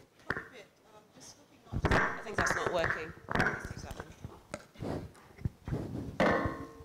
Thanks, Carol. Quite a bit. So we keep focusing just on businesses, but there's also the consulting services side. So for example, if you're looking at the solar sector, in TAREA, the association has been working on developing not just technicians, because we forget the technicians in this sector, engineers, to provide consulting services even out in the rural areas. So for example, if you're off-grid, you get your solar panel, something goes wrong with the wiring, there's opportunities there, and that's what's been encouraged. And I know SNV as well are looking at building that, especially through the skills. But even in the bigger side, we're looking at on-grid, the work TENESCO and the likes of Songas are doing. They've got a lot of service providers who are women, and it's not just in terms of the technical services, but even the legal service, financial, etc. So there's quite a bit that you can do. Let's try if that one works. Is that working? Yeah, thank you so much. I would like to take this a little bit differently, and thanks for your contribution. Women in energy, right now, I think it's very important for women to understand where the world is going and take that opportunity. We know everywhere and every time people are now talking about changes, global warming. And this means there'll be huge changes that are coming into this world. We are moving more and more into renewables. So it's very important for women right now, and it does not matter from which sector you're coming from. I think you should make sure that you're really very well equipped and you do understand the dynamics, and equip yourself with knowledge. Make yourself ready for the big thing that is coming. Invest in your education, invest in your understanding, understand the renewable, the financial dynamics, the technical dynamics, the legal aspect of it, and all the economic aspect of it. I think it does not matter whether you are a lawyer or a banker. It's important for women now to look forward and say where the world is going and what can we do and how can we play this big part that is coming in the future. So I think that's how women can actually get themselves involved into the energy sector. Thank you very much, Anaeli. Please don't put down the mic because I want you to proceed from there as well. So you are to speak on systems, organizational change management approach, to achieving gender equality in the energy sector. And so my first question to you, kind sir, would be, how many females, actually I don't say females anymore, I say women, how many women do you have at Songas? Thank you, Carol. Carol, you're asking me such an embarrassing question. Yes, I'm saying this because I think this is the discussion that I had with the panelists at the beginning. And for me, it's not so much about how many do we have there. Because we're talking about, when we're talking about how many female or women that you have, you're talking about diversity, right? And diversity, you're talking about quotas, you're talking about numbers, you're talking about, which is very important after all. So I'm just going around because I feel embarrassed to say how many we have. I was going to say, do you have a number for us? Do you have a number? Yeah, I have the number. Okay. What I'm saying, at Songas right now, we have about 20% of our 20%. Hey, my friend. It's very embarrassing low, but the question is not about where we are. The question is, what are we doing about it? Exactly. And I think this is very, very important for us. So what could be the change systems that we should be looking at, and organizational change, drawing from your own experience? Thank you so much. So maybe you may have got time to hear me talking about this, and maybe this will be the second time I'm actually talking about this. I normally like to take a personal example. So one day, when I was pretty young boy, very, very young boy, you know, we as young boy, you go outside and play, be it football or be it anything, and you have fun. But one thing that we really knew, we didn't have watches, we didn't have clocks, but we knew what's the time for the meal. So I cannot remember whether it was dinner or it was lunch, but I remember that I came back home. And when I got back home, right in time for the meal. And my sister had prepared a meal, and she'd put there and laid it on the table. I'm telling you this because this is an example that really, really close to me, and I always remember this. It could be more than 30 years ago, but it's very, very close to my heart. So I got there and sit on the table, and she put food on my table, and I started eating. I remember the comment that I gave that day. I said, I mean, this food is not good. The food is not bad. Now, I can remember her reaction. I mean, she's a very sweet and nice lady. She told me, you've been outside playing. You've been having fun outside there. And you don't know how much time I've spent preparing this food, how much effort since morning I've spent preparing this food. And you just come back and that's all what you can say? You can't even say thank you for the food that has been prepared. That touched my heart. And I think many people ask me, why are you so much into D&I? Why do you want to include people? That changed the way I looked at things. I felt so much entitled. I felt that I just need to come back home and find my sister or my mom already prepared food for me. I never thought that, you know, I mean, there's quite a lot of work that has happened. But who am I? Why was I not there to go into the kitchen and also prepare that food? So she mentioned that, and I really felt bad. So that changed my perspective from that on. I know that I'm actually apologizing right now for her and for every lady in this house, because that doesn't happen only to my family. There's a lot of typical boys who are like that, who just go and not appreciate a lot of things that women have done. So I'm here apologizing on behalf of every boy. So it made me intentional, like because we're talking about unconscious bias, and that bias is in everyone, including me and you, including everyone in this house. We have that the so-called unconscious bias. So if there is unconscious bias, what do you do about it? You have to be intentional so as to change. Because if I ask you, there's no one who rise up and say, today I'm gonna go and segregate women. No one, actually, very few. It's just, we just do things that we don't think about them. So it have to be intentional. So for me, I would like to address 3 things. The first one I've already addressed, that these changes have to start at home, in the society that we're living. our organizations do not exist on their own. Our organizations, they do exist in the societies. So when you talk about leadership in the organization, you'll go there and find a lot of Anaelis who thought their sisters should be cooking and them having fun at home. And these are people who have to make decisions in the corporate world. So the society have to really make sure that we go to the extent of addressing that. I don't want to talk about, I'll be taking a lot of time for everyone, but we always hear the concept of a working mother. We don't hear a concept of working father. So if I can ask the audience, why do you think we don't have the concept of a working father? It's simply because women do juggle between home and office. So should we get to the point where we have the concept of a working father? If you ask me, I tell you, hey, I'm Anaeli, I'm a working father. So that's the first thing that I wanted to mention. But the other thing I wanted to talk about is about quick wins. So if you go to statistics, there's a lot of statistics that are thrown around. I've talked about 19% of female in our organization, and that's more like typical. A lot of organizations, when you ask them, there could be, all these statistics have been thrown around. Now, the question is, can we just sit there and say, okay, as I said at the beginning, there's an issue of diversity and there's an issue of inclusion. I think what we can do right now as a corporate world, in as much as we are working so hard about diversity, but the quick wins are in the inclusion. We have to work on the inclusion. Why am I saying this? It takes a little bit of time to change the number from 21 to 40 to 50. But what are we doing with the 21? I think that have to be intentional.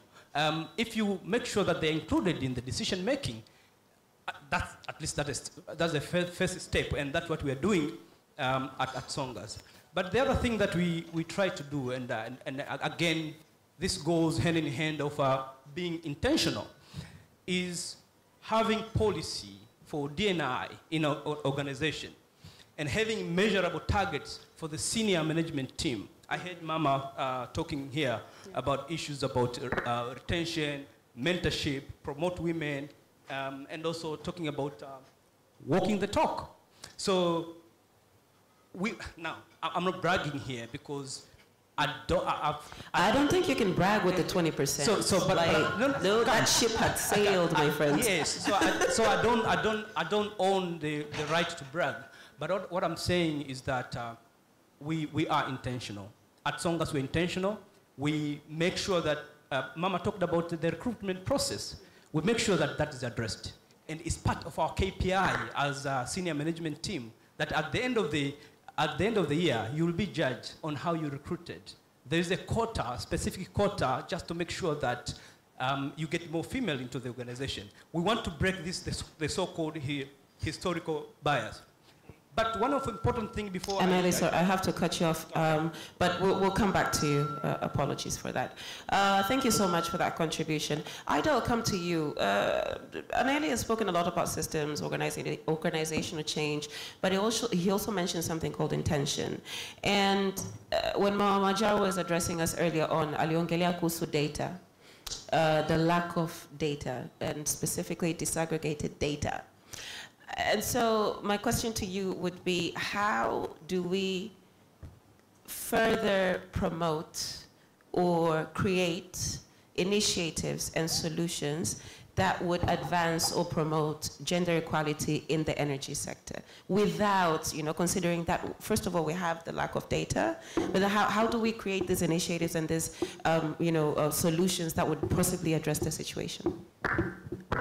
I think, like you said, Nikwanzi, with that lack of data, and ask ourselves, what sort of data are we looking for, right? Because it'll be very different sector from sector, but if you're looking at how women are involved, you'll be looking for the same almost issues. So right now, what are we doing? We're trying to get platforms with people's skills, nakadhalika. But again, we're limiting it only to the formal sector. Hatuangali informal sector, what are the skills are there? What are the gaps and opportunities are there? So nafikiri ile dhana has to change. when you talk about inclusivity. It's not just about being the engineer or the technician. It's also how do you make it easier, like Mamaja talked about, how do we close the gap on energy poverty? So kwa mfano, we talk about fuel wood and charcoal being used, right? And it's assumed, kama ni mkaa, it's in the rural areas. Most of the mkaa sisi ndio tuna consume in the cities. So where are we getting the wood from? The rural areas. What's happening there? So just by our own actions and not reflecting, we've already just made life even more difficult kwa watu kijijini. Then we don't look at even disease burden. If you're going to be using inefficient cooking facilities or nanhi, mwanamke ndio ana carry the disease burden. So those are some of the things, ata kwenye ngazi ya kata, you look at what are the health issues coming out, then you can start deliberating. Sasa hivi tunaiangalia do just as the electricity producing companies, oil and gas, lakini majority of our needs, the energy sector, kukua kama inchi and become more efficient, is actually how do we solve the issues, not just in the rural areas, lakini hata mashinani. Because bata hapa da, ukienda tu Namanga, the disparities are different. Ukikaa mtaa, mamalisha nao tumia gesi kupika, very few. But the young men have access to gas cylinder. How is this possible? So that's the data we need to be looking at. Sasa hivi tunakaa juu, we really don't look at how women's time is utilized, and we also don't quantify how much we're losing in production as a country, right? Because we just think, oh, tukifanya umeme increase, no offense, hydropower, we're going to access electricity. That's not the case. Nguzo kupita hapa doesn't mean I can connect. I'm still going to be without umeme. Yeah. Okay. So, and then when you're looking at these initiatives, I was reading a report that actually stipulated that if you have women in leadership positions, they are most likely to pass on any climate action initiatives or agreements that would most likely, they're in a better position to endorse such initiatives. Do you think we need more women in the energy sector for us to actually have sustainable climate action solutions in the sector? You want more women who are actually conscious that that's an issue. Because most women are not conscious that's an issue, right? Or even to articulate it. So I think it will be extremely dangerous to assume just having more women will result in that. It'd have to be deliberate. And look at where these women are being, what system we're coming out of, what conversations we're having. And we've decided climate change, ni swala watu kijijini. It doesn't concern us.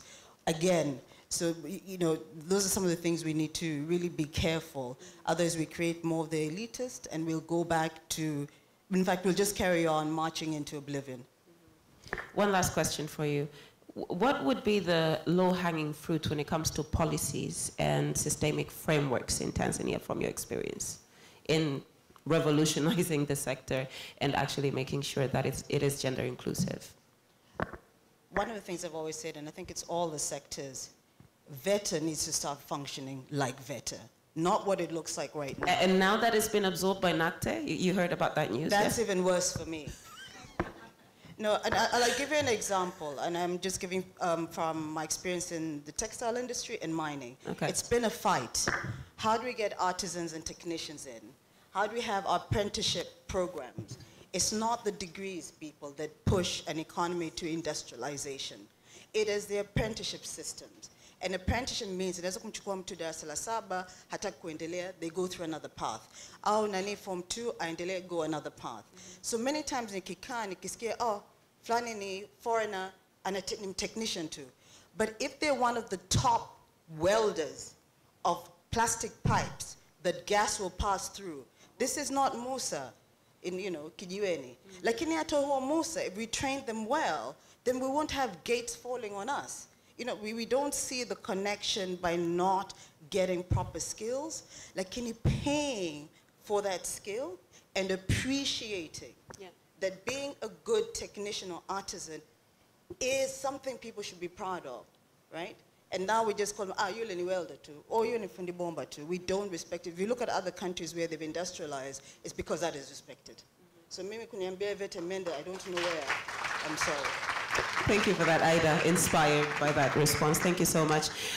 Doris, over to you. You touched on the barriers, I would say, towards women's inclusion in the energy sector when I asked the initial question. But what are the other barriers and what are the opportunities for us to actually reel women in the energy sector, considering all that Anaeli and Ida have mentioned? Okay, thank you. Before going to the barriers, I can start by the data that we are having. In energy sector, women who are needed is 48%, but the women who are in energy sector currently is around 22 to 25%. This is Tanzania, across Tanzania?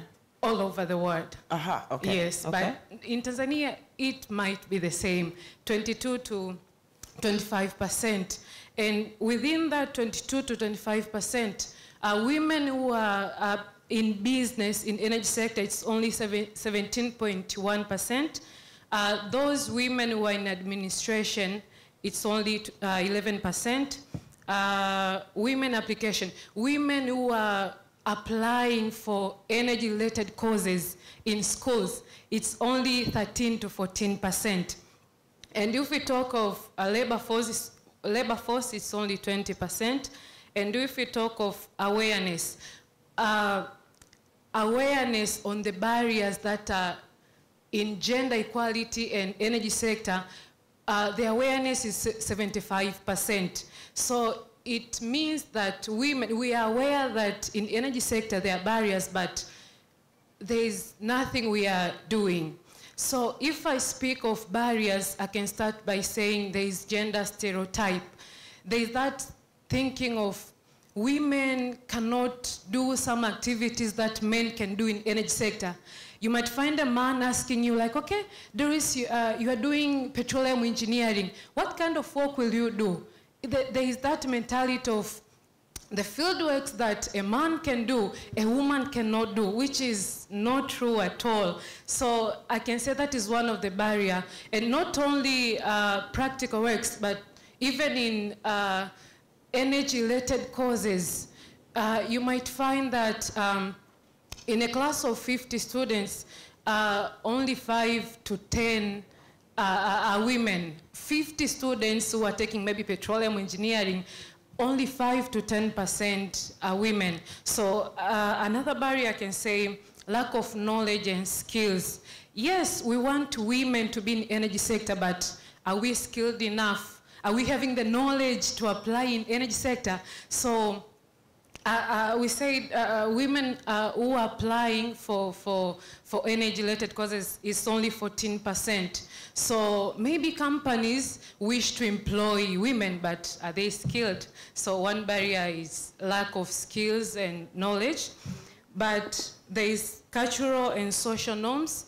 You might find a family or a father telling his child, like, why don't you take this kind of courses? Will you be able to do engineering things? Will you be able to do things which are relating to energy? But also there is like lack of motivation. In leadership positions, you find details and profiles of men who have developed in energy sector. But if you check, is there enough motivation that can motivate women, young women who are in energy sector, that they can grow in their career? And what would be the motivation here? Inakuwa inafananaje fananaje? Okay, doing campus visits in such a way that we can go to universities and motivating women, telling the stories of women who have been in energy sector and they have prospered in energy sector, they have grown in their career. But also not only going to universities, we can be having programs which will give out the details and profiles of women who are in energy sector. We have ladies who are in energy sector in different positions in energy sector. So writing their stories can motivate women who are young, and mostly you might find like in first year, I'm a fresh graduate, that's why I'm speaking much of things in school. You might find in first year, there are more than maybe 50 women who are doing the course. But you might find that the last year, it's less than 40% of women who have started the course are graduating. And okay, those who have graduated, you might find they have diverged from the energy sector. Why did they not graduate? What were the limitations of the barriers? They give up on the way. Okay. Yeah, there's no motivation, and also they find it hard, or maybe they don't see the light ahead of them. Like, okay, I'm taking engineering, or I'm taking this kind of course. Are there opportunities after I finish? But if she will meet a woman who have been in the energy sector, she can motivate her like, yes, you should continue in this part. Then there are these kind of opportunities. Like companies can be going to universities and telling them or showing them the opportunities that are there in the energy sector. So you might find women are not having the knowledge of what is ahead of them. Yeah, so lack of gender specific trainings. We're not having enough trainings that can reduce, can bring gender equality in energy sector. So those are the barriers. Okay. So quickly, the opportunities here before I pass on the mic to Anna, who's supposed to get comments and questions from the audience. Coming to opportunities, a woman in the energy sector can be a professional woman, as Madam here have mentioned. A woman in the energy sector can become an engineer, can be a professional woman in energy sector, but not only doing the practical works, she can become a consultant, she can become an auditor in energy sector, not only the practical part. But also, there's an opportunity of doing business, as I've said. There are many products which are coming from energy sector, so a woman can engage in business in energy sector. But also, a woman has an opportunity to transfer knowledge to other women, to other young women who are in energy sector. That's an opportunity. We have lecturers in universities. A woman who have knowledge on energy related issues can have an opportunity to share the ideas to other women. But also we have an opportunity to take different positions in leadership. We need women who can lead us in energy sector. So that's another opportunity. Thank you for that, Doris. Mama Majar, before we go to Anna, so we've heard about awareness. Okay, you want to clap? Okay. All right, thank you. Right, so we've heard about awareness on awareness on opportunities. Most of the women are not aware. We've heard about skills and how crucial that is, especially recognition of prior learning when it comes to skills. But we've heard about systems change. Now, as a stakeholder who has been in many areas, and in many programs in the country's development, do you think having a database of women in energy would possibly solve one of the issues, in terms of women not having role models in the energy sector? Like, we need to amplify more Sarahs, yeah? They need to see more Sarahs. But do you think that would be enough? Like, what else? What would be the other low-hanging fruits that we can possibly pluck from? I thought I was going to survive the questioning. Role modeling is critical in anything, not even the database, because the database is asking women to go there, and sometimes they wouldn't. So the role modeling is very, very important.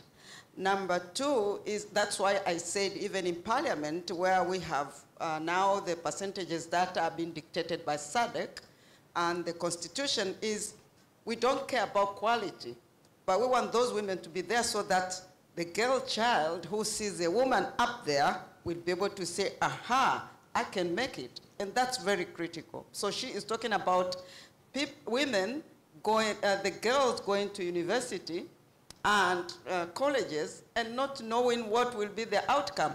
They look at the lawyers and they're saying, oh, they're practicing and they're better off, so I should have done law. So these are the issues. The role modeling, that is important. How do you address that? Number one, talking like this. We've got to keep talking and talking and talking, advocating. And Aidan mentioned this, you know, and for your information in this sector, it's not only the formal sector, you already said it. When you look at where the women are, they are everywhere in the value chains. And you can see them actually working. They are the vendors in the sector. They can provide any service that you want to be provided in the energy sector. And they are doing it even without knowing that they're actually in this particular sector. But we've got to advocate. Advocate for what? Advocate, one, for the effect of non-inclusion of women in the sector, number one. Number two, for the fact that the women are actually the donkeys in the sector. They, as I said, they are the power instead of the machines and the energy itself. Number three, that even the small businesses that they are doing are capable actually of growing if we have energy. But this has to be advocated. People talking, and you can talk in any media. You can be on the social media, talking to yourself or to yourselves.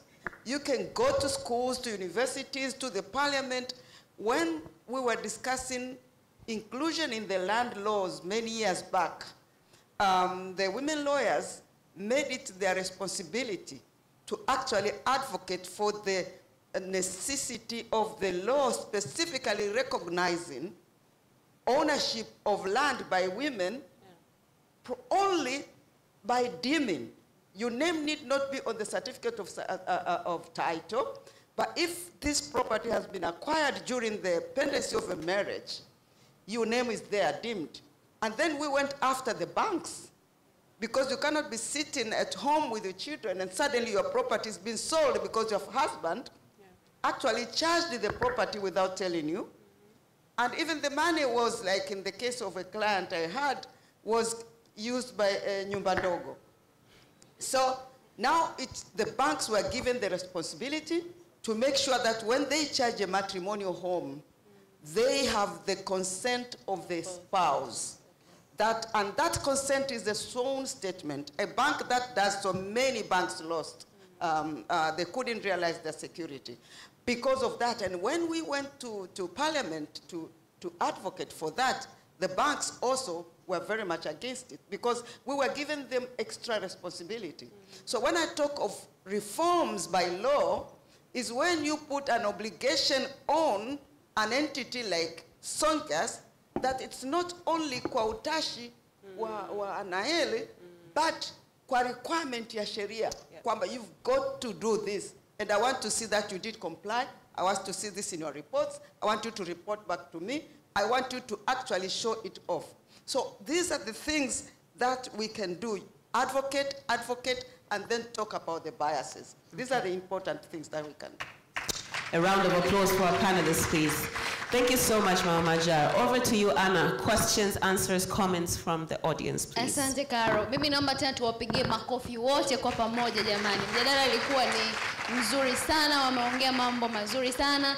Na hapa nimeona Doris wakati anaongea amezungumzia opportunities ambazo zipo kwenye sekta hii ya energy. Unajua watu wengine mwanzo ukisikia energy, ndio maana tukao tunaulizana hivi hawa dada jamani ni wa energy na wanatoka kwenye sekta ya hills na nini wametupia. Lakini najua hakuna kazi ambayo sasa hivi wanafanya wanaume wanawake hawawezi kufanya. Zote tunafanya wanawake wanaume wote tunafanya kazi ambazo zinafanana. Lakini nimeona wakati wanaongea hapo watu walikuwa na take notes na nini kwa na expect sasa hivi kwenye hii questions na answers utapata maswali mengi sana jamani.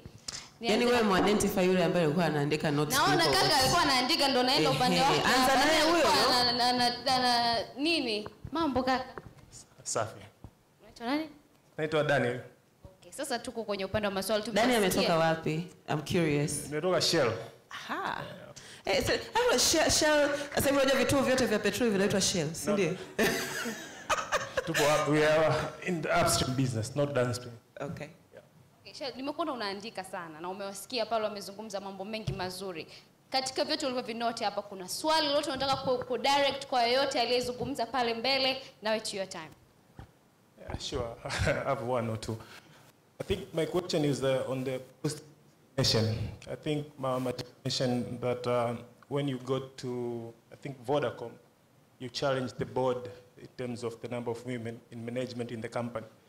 So I think, personally, I think positive discrimination is a good policy, right? And it's something good to do. But I suppose, where do you draw the line? Because at the same time, you want women to feel they can do it, right? Rather than feeling that the game is set for them. So where do you draw the line between actually motivating them to acquire skills, right? Someone talk about STEM here, right? Like to acquire skills in the first place, so that, and to have confidence. I think you mentioned about one of the persons that you interviewed, then you end up asking, why didn't you apply for the higher job? And I think I've heard that comment before, I think from the former NMB boss, that she started challenging the HR in the way they devise their job description, because sometimes you can write the job description in a way that women will be discouraged from applying, right? Because I think she mentioned that most of the women will want to cover 75% of 80% of what is required on the job description before applying, while men, they can apply even if they can cover only 30%, and they just go and do it. So my point is, where do you draw the line? And I mean, how do you get the right balance between positive discrimination on one side, and on the other side, actually trying to build the skills in the first place?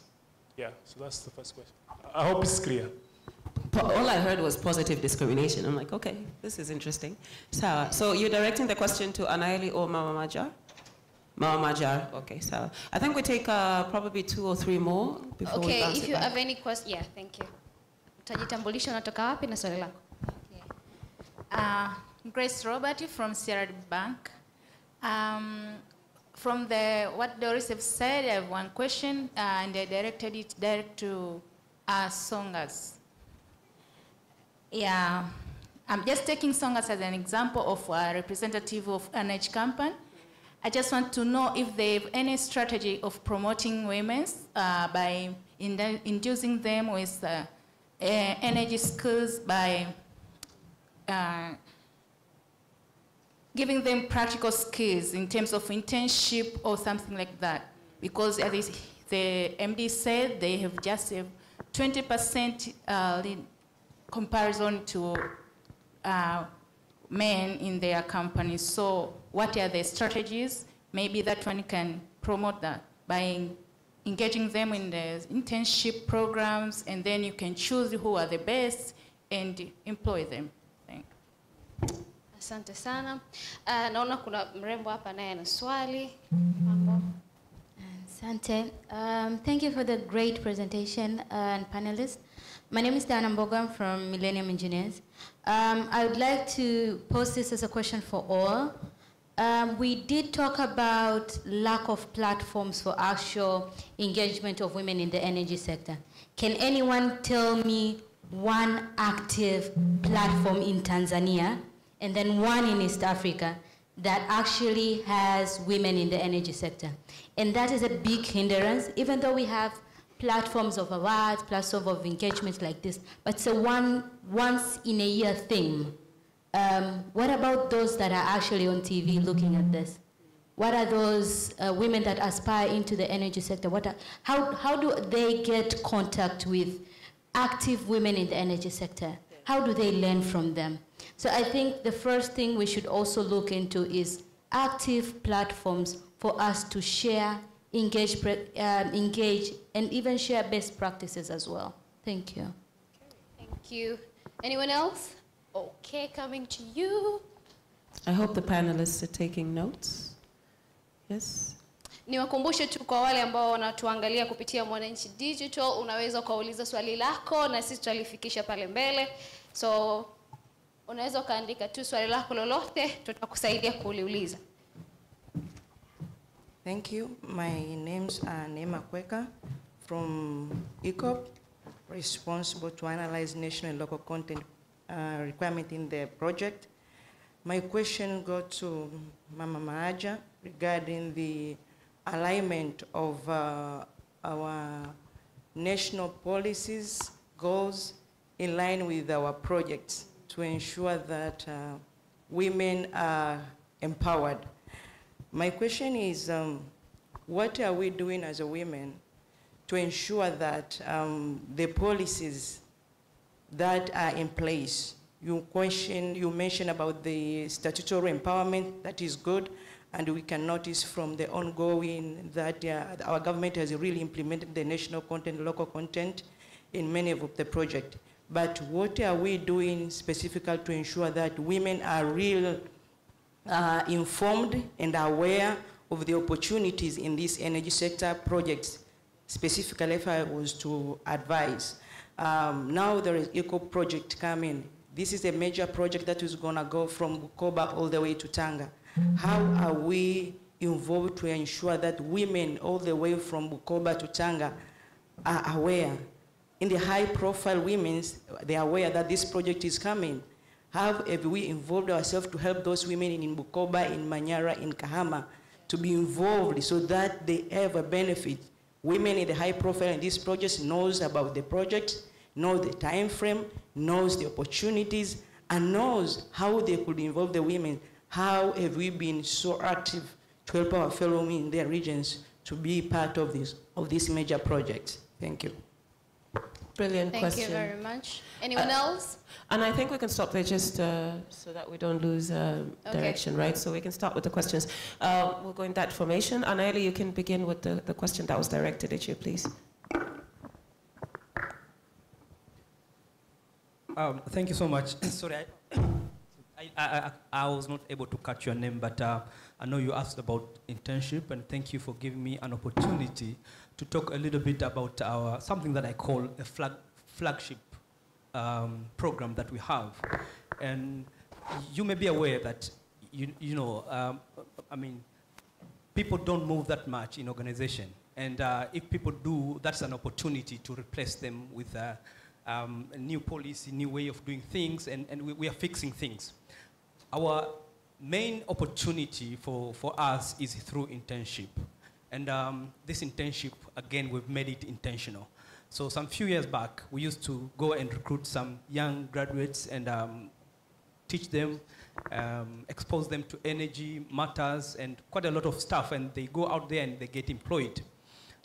But we found that most of the time when we were recruiting male. And I remember about 3 years ago when I reviewed, when we looked at this, the ratio was almost 1 to 10. So we decided intentionally to change this. And we came up with a policy. We said from now on, we'll be recruiting at least 50% of our interns will be recruiting as females. And for us, internship program is the program that really help us as songers, because this is a source of our employment in the organization. When we are looking, when an opportunity comes, if they don't get job at Songers, they go out there and they get absorbed. But when you are looking for someone in our organization, and this has happened many times, and actually I can point fingers, some are sitting right there, some are just right behind you, because we trained them, and when we needed someone, we had a very good source of employees. But we can also say that some organizations like TPDC and TANESCO and all other energy organizations, they have actually benefited from our program because we train them and we release them. You should know that Songas is one of the pioneer program of energy, gas to power. So a lot of people take an opportunity to learn from us. So we are very, very proud of our internship program, which right now we have about 6 females right now and 1 guy. And I have a number of interns who have been employed at Songas and somewhere else. So I think that answers your question, that we really look at that. It becomes source for getting recruitment. Thank you. Ladies and gentlemen, we're trying to redeem ourselves, yeah, from the 20%. We're getting there now. We're getting there. We're getting there. Mama Majari, Karibu, you had a question on positive discrimination, as well as how do we amplify the programs or ongoing programs and really push for women's inclusion? On positive discrimination, it's working. Let's try again. Hello? Yes. Came from Daniel. It was not exactly on positive discrimination. It was, Daniel utanisamehe, ni ile subconscious shaka mnayokuwa nayo, na sisi pia wanawake tunakuwa nayo. Kwamba, sasa ukisema lazima mwanamke anaweza kuja sikuwa na uwezo. That's why specifically kwenye ile affirmative action ya kwenye bunge, kulikuwaga na questions. Sasa wanaweza, these questions always come, and it's natural, it would come. When I look at both constitutions before President Samia Suluhu, a woman, unajiuliza, kweli hawapo wanawake? Would you believe kwamba katika boards za mabank na kama hizi telecommunications companies, hakuna wanawake wanaweza? And that kind of subconscious feeling comes up every time. I'll give you an example. We live with these things every day. When I chaired my first board meeting at Ngorongoro Conservation Area. A man who later became speaker and his colleague came in front after I finished my meeting, and the other fellow declared, umefanya vizuri, tulikuwa tunajiuliza utafanyaje. Yani at the back of their minds they were thinking itakuwaje, and I was ninyi na kina nani? And the fellow who became speaker later said, so mimi hata bosi wangu ni mwanamke. Then I said, kwa kuwa mimi ni mwanamke. And of course they felt very bad. So there are many ways you can react to that kind of situation.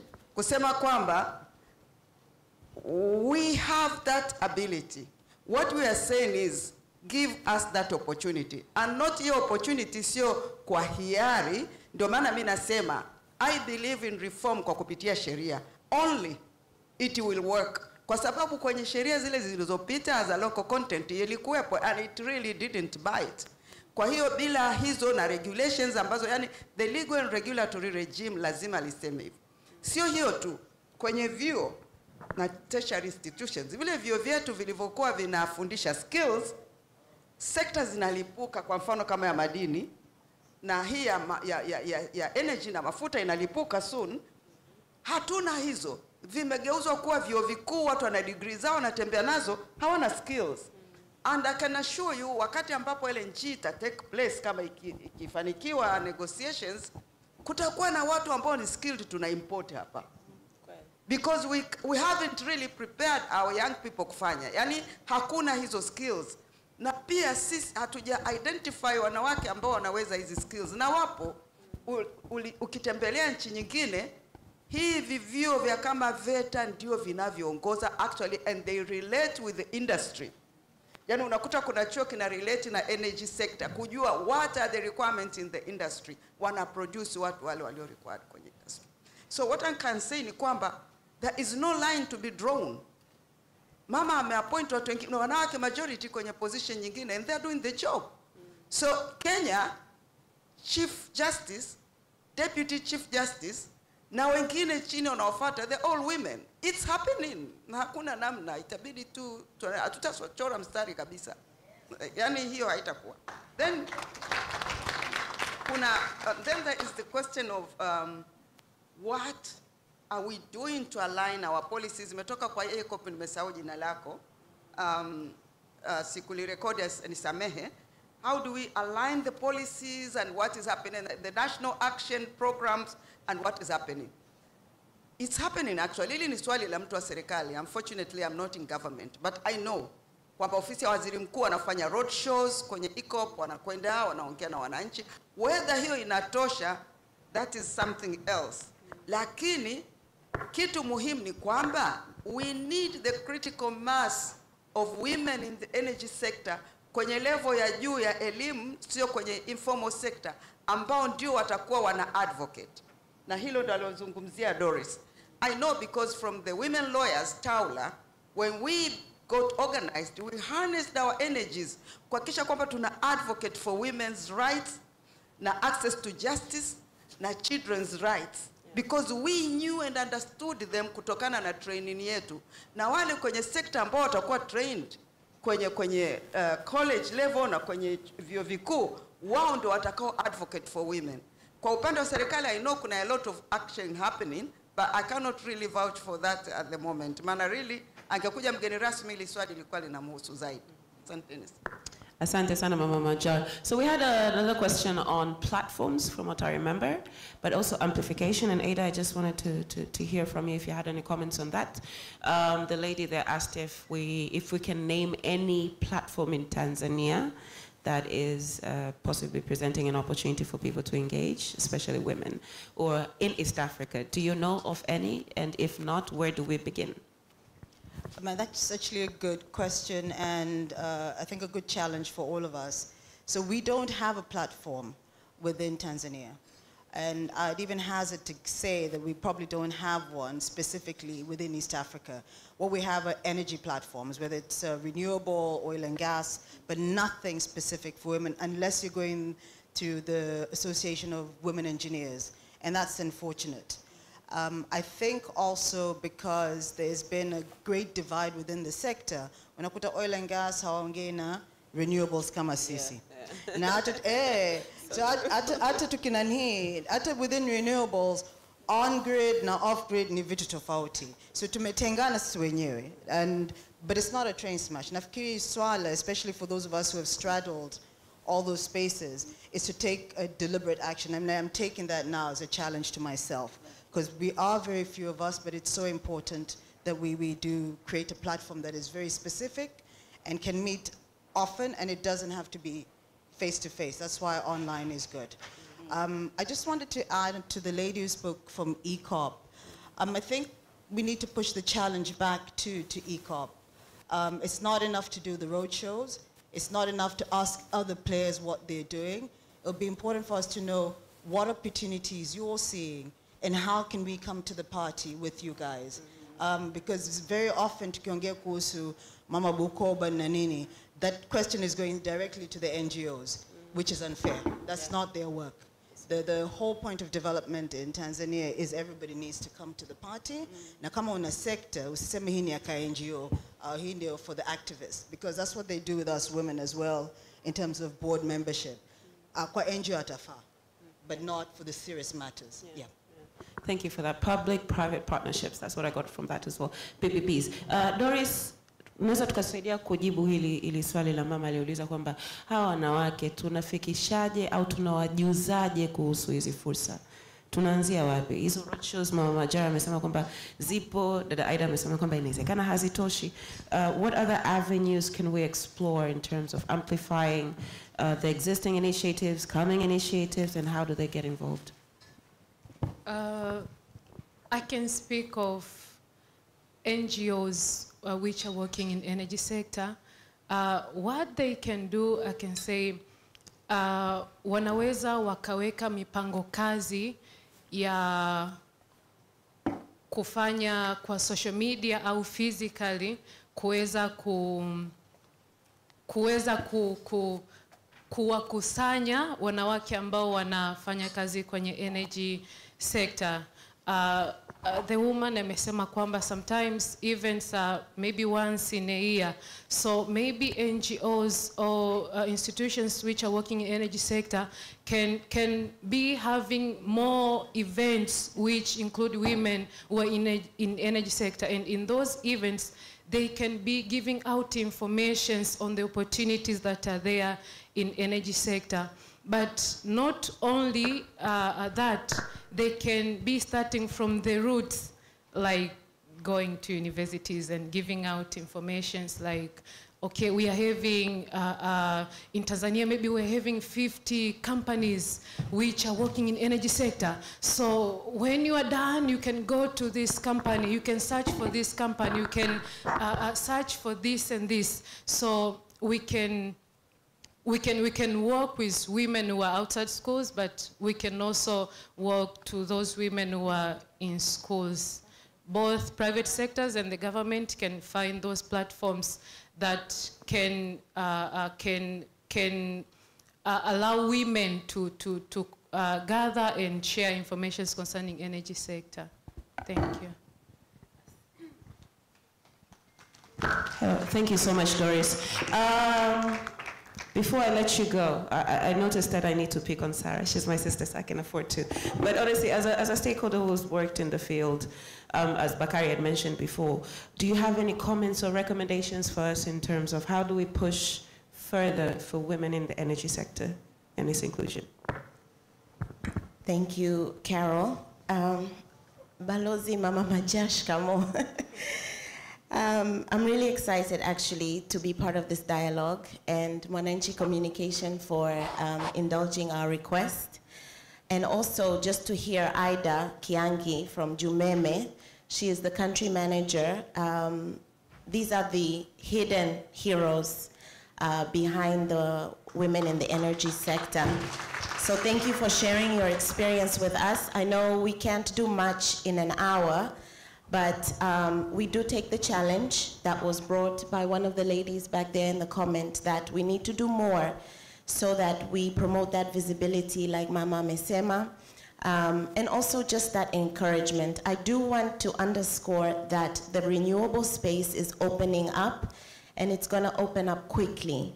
And what we have found in our company is that in the other sites, renewables is a place where women can play a greater role and a more meaningful role economically as well, because it's a new space, so that means there's new opportunities to enter.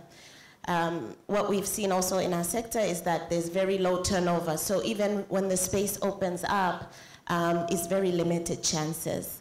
So as these opportunities come, let's get ready. Even in the schools, I've heard what you said, that we need to be going to the schools as well, just to let people know what are the skill sets that will be required. And I do wish also there was someone here from government so that we could tell them to ring fence VETA so that we can have better technical skills that are coming out. But yeah, thank you so much. Always a pleasure. Thank you so much, Sarah. Now, unfortunately, we don't have enough time, so I'm going to kindly ask our panelists to step down. As they do that, please, a round of applause for them. Anaeli, I would ask you to take a step towards the podium, please. We would like to hear from you as the sponsor of this magnificent event. What are you telling us? What can we take forward as we round up? Thank you. Another round of applause for our panelists, please. Thank you so much.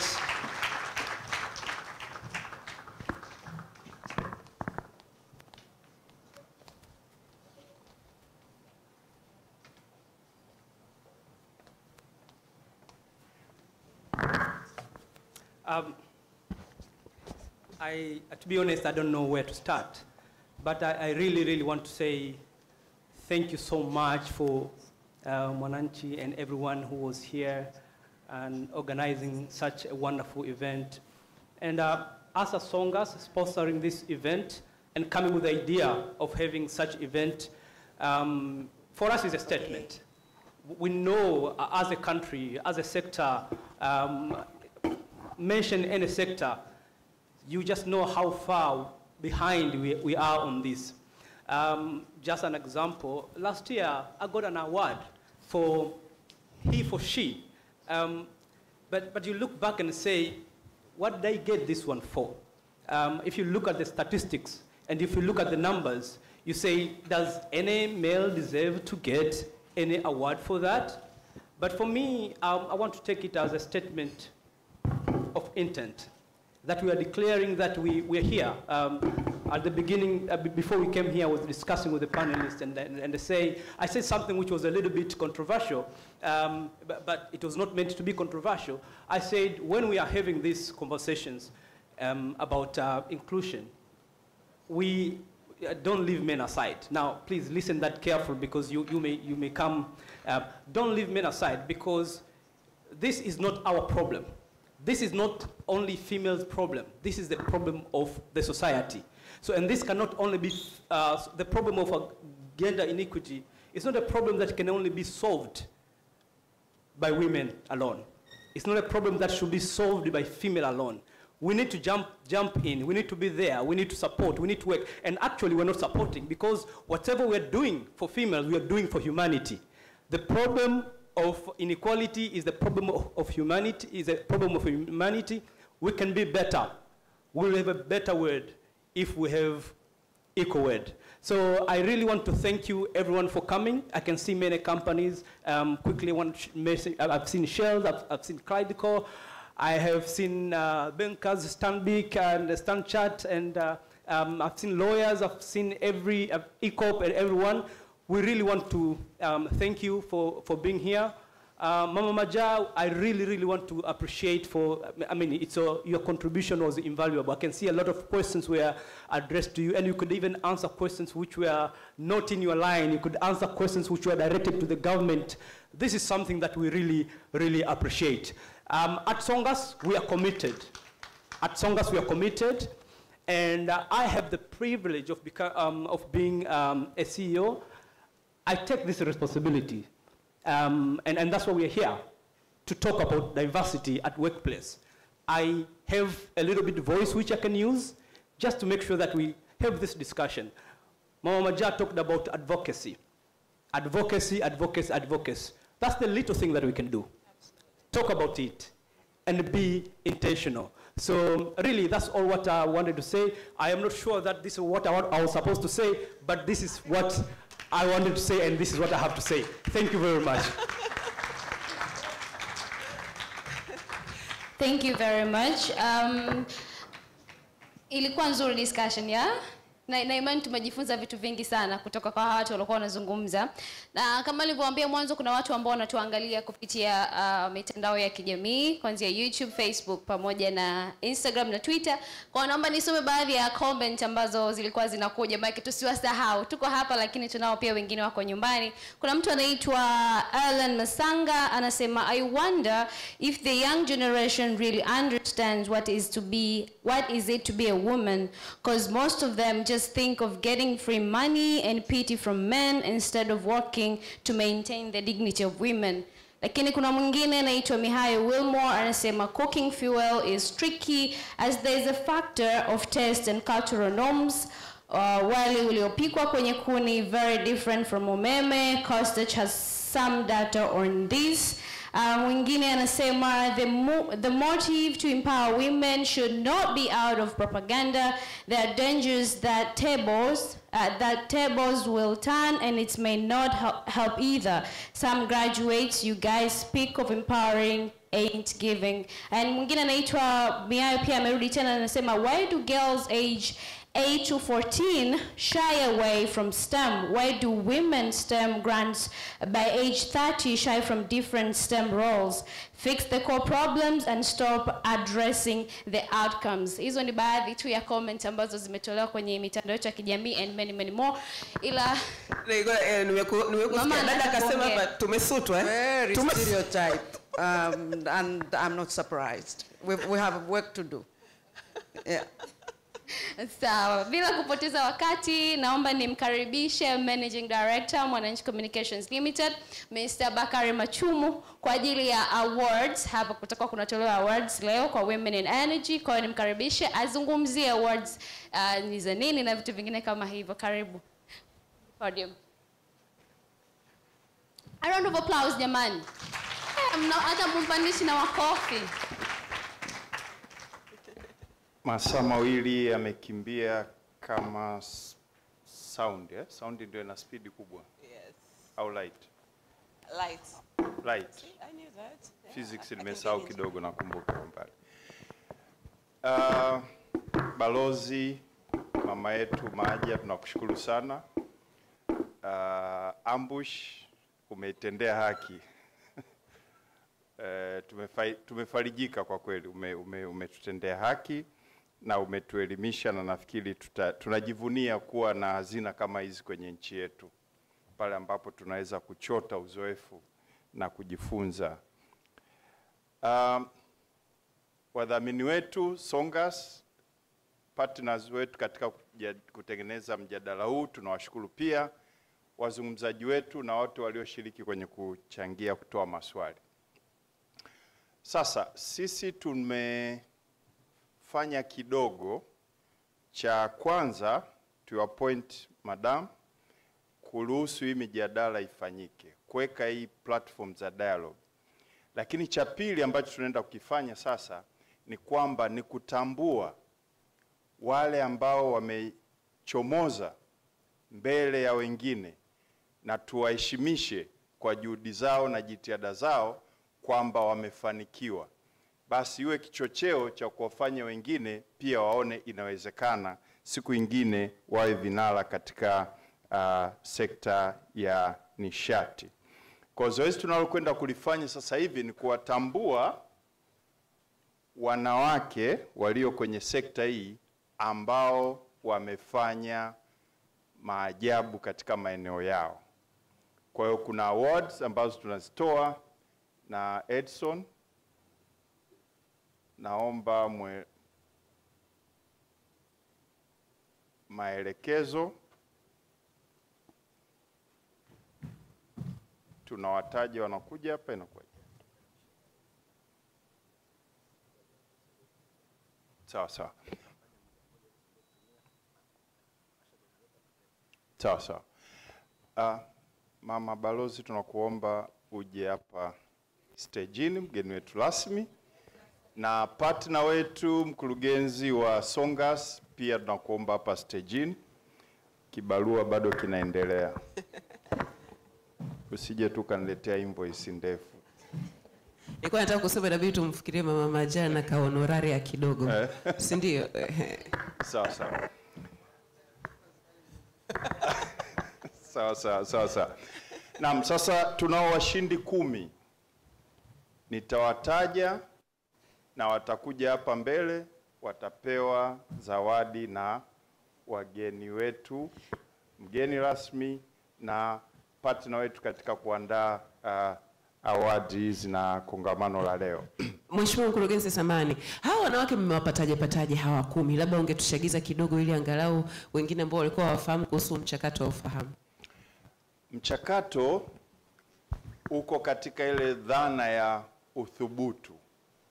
Tunazungumzia confidence. Mama alizungumzia kulikuwa na candidate ameomba kazi ya chini wakati kuna kazi ya juu alikuwa anaimudu. Sasa tulitoa matangazo ya kuambia watu watupe stori zao, watuambie kwa nini wanafikiri wao ni washindi kwenye maeneo ambayo wapo. Na zile application tumezipokea na kuassess sasa katika hawa walioleta ni wangapi, ni kina nani wamefanya vizuri zaidi. Kwa hiyo liko pale pale kwenye uthubutu kwanza. Kwa hiyo wanaweza wakaonekana hawa wameshinda, mimi pengine ningeshinda pale, lakini je, una ile drive kutoka ndani kwamba niende nijaribu, nionyeshe story yangu duniani? Hiyo ndio kwa kifupi ilikuwa format ya kuwapata washindi. Kwa kwanza tunawapigia makofi kwa uthubutu. Ndio. Jamani, mbona wengine ampigi? Dada una wivu. Mama, dada piga makofi. Yeah. Na katika uthubutu kuna wale ambao sasa ndio wamechomoza vinara. Kwa hiyo wale wengine ambao walithubutu na wakupata, makofi kwao. Tunawaheshimu sana pia. Sasa bila kupoteza muda, tumtaje mshindi wetu wa kwanza. Anaitwa Jamila Al-Nofri from Total Energy. Jamani, makofi ya kutosha please. Hey. Total Energy, Jamila, congratulations. Hongera sana. The first prize of Women in Energy goes to Jamila from Total Energies. Congratulations, Jamila. That's a very interesting award as well, yeah?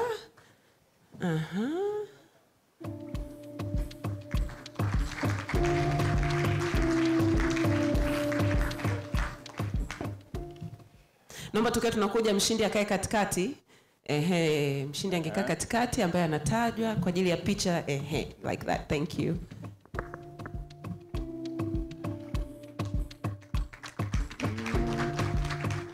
Mshindi wetu wa pili. Hongera sana Jamila. Asante sana Jamila. Mshindi wetu wa pili anaitwa Jacqueline Sila kutoka Makofi Soga jamani. Limited. Congratulations Jacqueline. Very unexpected. Inaonekana alikuwa hajaitegemea kabisa. Hongera sana. Jamani makofi, makofi. Thank you.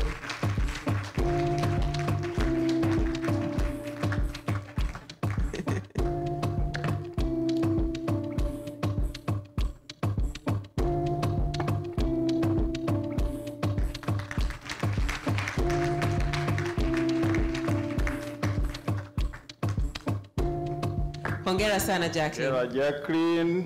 Mshindi wetu wa pili ni Mary Mwanukuzi. Watatu mkurugenzi. Kumbe mko attentive. Nilikuwa na test mtamu. Wewe ni watatu. Pole. Engineer Mary. Mshindi Mary Mwanukuzi. Makofi ya nguvu jamani.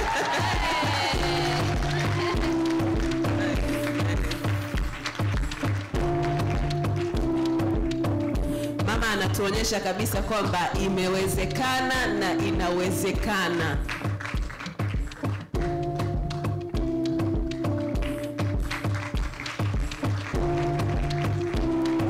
Hongera sana engineer.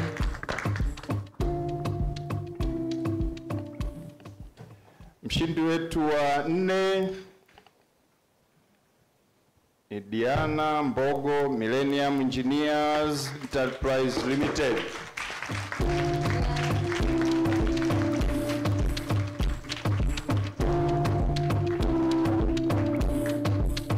Jamani makofi please.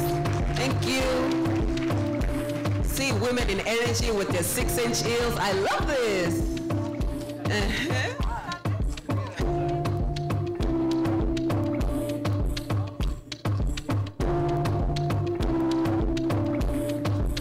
Congratulations.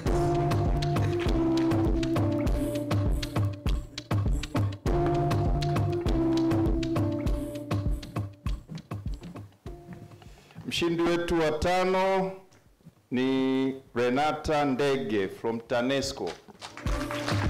TANESCO. Okay. Renata? Kuna mtu ambaye anaweza kumchukulia kwa niaba? Okay. Thank you, Sarah. TANESCO wapo? TANESCO ambaye anaweza TANESCO? kumchukulia? No. No one. So, No, yule kule anaenda kumchukulia naona. okay, okay. Kuna dada Sasa pale. itabidi mkuruge yupo mwakilishi mtu kutoka yeah. TANESCO? Yeah. Yeah, sawa. Vinginevyo tungemuomba mama balozi ambaye pia ni mkurugenzi kwenye bodi ya TANESCO angepokea.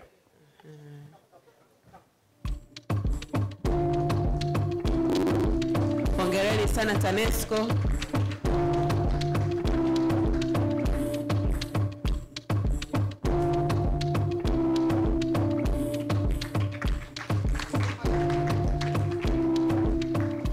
Asante dada. Hiyo zawadi pia ungempelekea yule ambaye anazimaga switch pia. Atusaidie. Dada urudi tena, kuna mshindi wa 6 kutoka TANESCO anaitwa Regina Mvungi. Dada karibu tena, utupokelee na hii.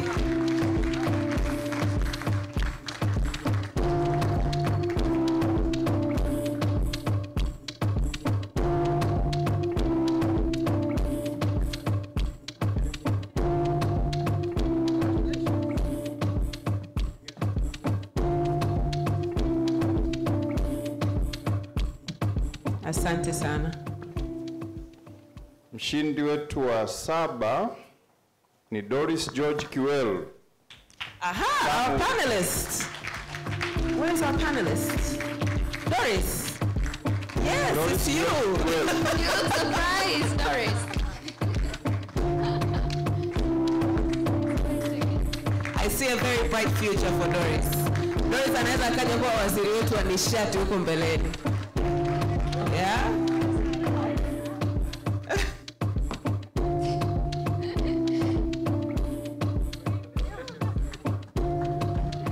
Hongera sana Doris. Mshindi wetu wa 8 ni Emiliana Mwesi Jumeme. Emiliana Mwesi. Emiliana? Emiliana Mwesi, Jumeme. Jumeme. Hongera sana. Kwa dada Aida huko Okay.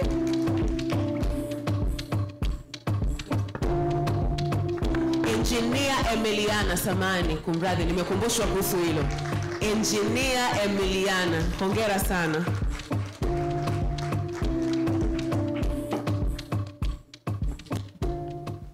Asante Carlo, tunatambua Engineer Emiliana Mwesi. Again from Jumeme, Cecilia Manu.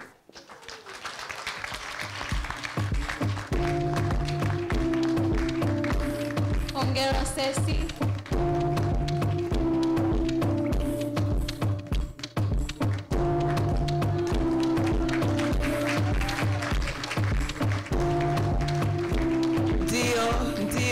This prize is for 2 people.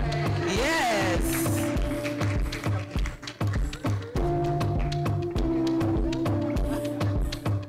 Hongera sana. Huyu mtoto tayari atakuwa superstar. We claim it. Tuwape hongera.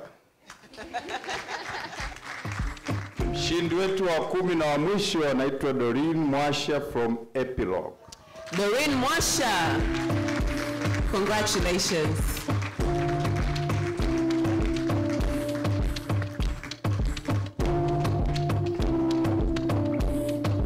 Namba washindi wengine tafadhali mjitayarishe kupiga picha ya pamoja.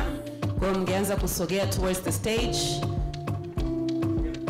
Washindi wote waliopokea tuzo naomba mwanze kujiongea kwenye stage tafadhali kwa ajili ya picha ya pamoja. Hongera sana. Usiondoke, picha ya pamoja. Doris, dada, wengine waliopokea tuzo karibuni sana kwenye stage kwa ajili ya picha ya pamoja.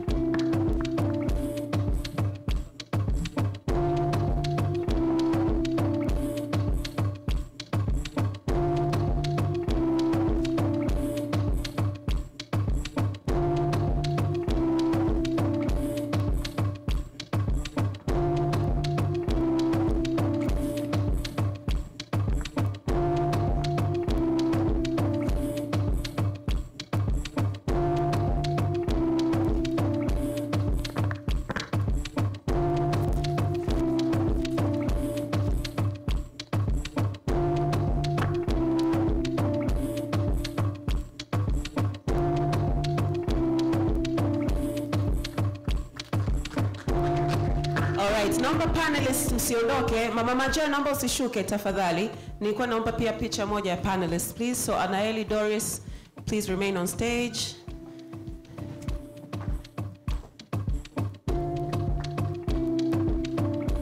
Thank you so much. Doris, unaweza ukaniamini nikushikie zawadi.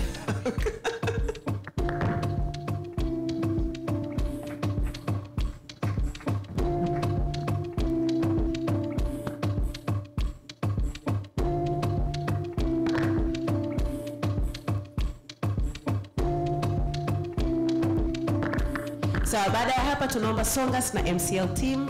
Tafadhali Mama Majara asante, Doris asante, dada Aida asante. Bakari na Naili please remain on stage. Jamani MCL team popote mlipo na Songas popote mlipo. Hii ni nafasi maalum kabisa kwa ajili yenu. Karibuni sana na sare zenu wenyewe mmependeza.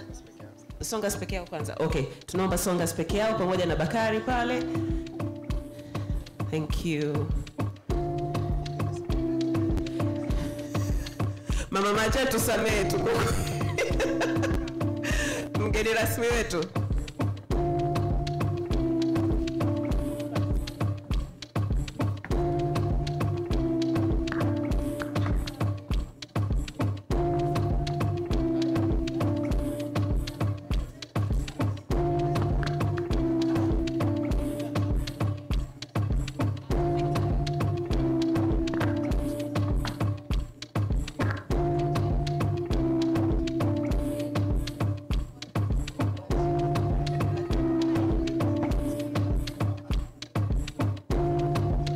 Engineer pale nyuma simoni vizuri ingawa mimi sio mpiga picha. Kuna wengine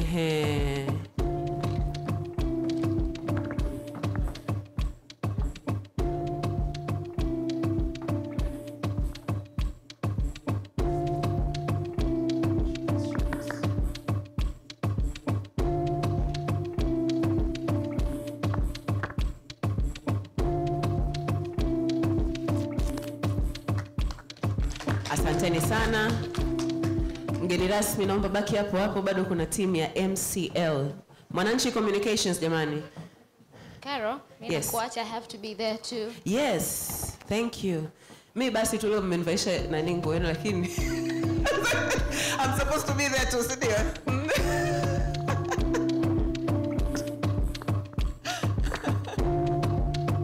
Bakari, lakini nimependezea kuwa kwenu bwana. Kwa hiyo ufanye namna.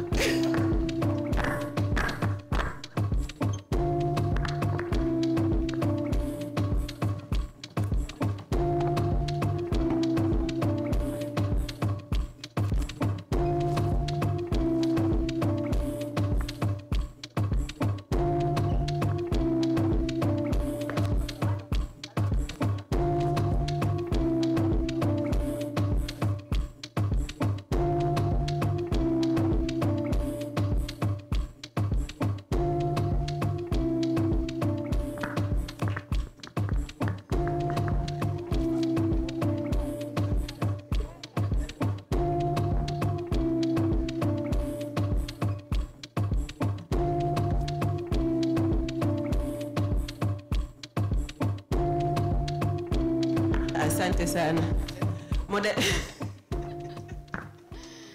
Nashukuru sana. Zoezi la picha limekamilika. Sasa mnaweza kurudi kwenda kukaa. Moderators. Oh, okay.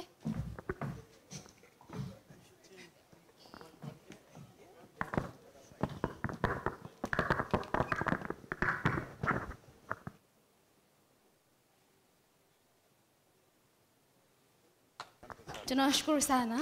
Naweza kurudi kukaa sasa. Tukiwa tunaelekea mwishoni mwa shughuli yetu ambayo imefana sana, naomba nimkaribishe Mr. Victor kutoka Mwananchi Communications Limited kwa ajili ya closing remarks, alafu tutaagana bye bye. Karibu Mr. Victor.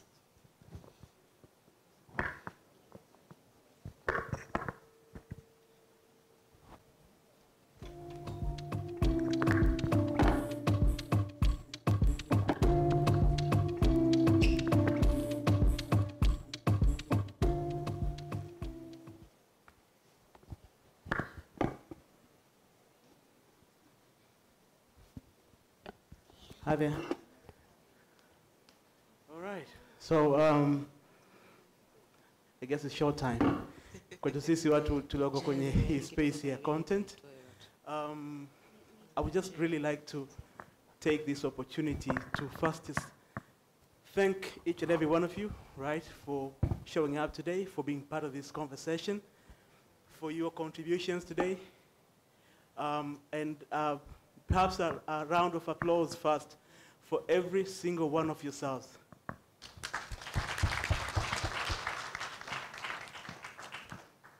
All right.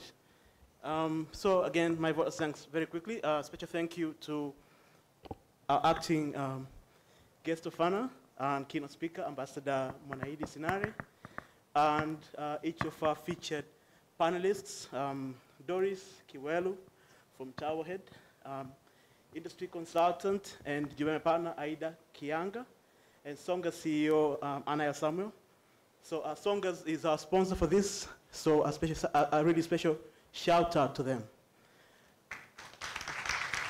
All right. Good. Yeah, the energy levels in this room are kind of like, I'm not vibing it anymore. What is it, the breakfast? Have we been keeping you guys here too long or something? So thank you. Good. Thank you so much.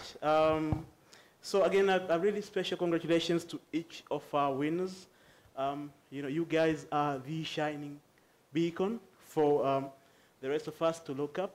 So, you know, may you live long and prosper, and you continue to blaze the trail for girls and women coming up in the energy sector across Tanzania. And from the conversations in this room today, I get the sense that, you know, we have a long road ahead of us, you know. We've all heard about how sort of disparities in the energy sector disproportionately hurt women. Ambassador Sinare kept telling us about how women are sort of the machine that keeps things running, despite not having their rightful place at the head of the table, so to speak. That is a challenge. That's an opportunity for us to take home with us. You know, Ida challenged us to interrogate what we don't know, to think about what we're missing, what data sets we're missing, and to think about how we secure meaningful participation by women. Otherwise, we might be risking fueling elitism, right? This perception that, maybe some of these spaces, like the energy sector, is for a particular class of person. So that is something, that's an opportunity for us to take forward with us. We've heard quite a bit about the need to rethink our vocational training, our apprenticeships, our ability to really build a class of amazing women masters, artisans, technicians. We had some really interesting data points from Doris, telling us about the fact that an incredibly tiny percentage of applications to courses in energy are from women. I think it was something about 13%, and even fewer are graduating. So how can we be okay with that, right? Is there anything that we can do in each of our spaces? What systemic support is in place to actually make sure that we see them through this journey? Something for us to think about, right? So I tell stories for a living, and I will just continue to say that our contribution is to just continue to tell the stories of these brilliant women, right? We're going for 60 stories, about 60 women by the end of March.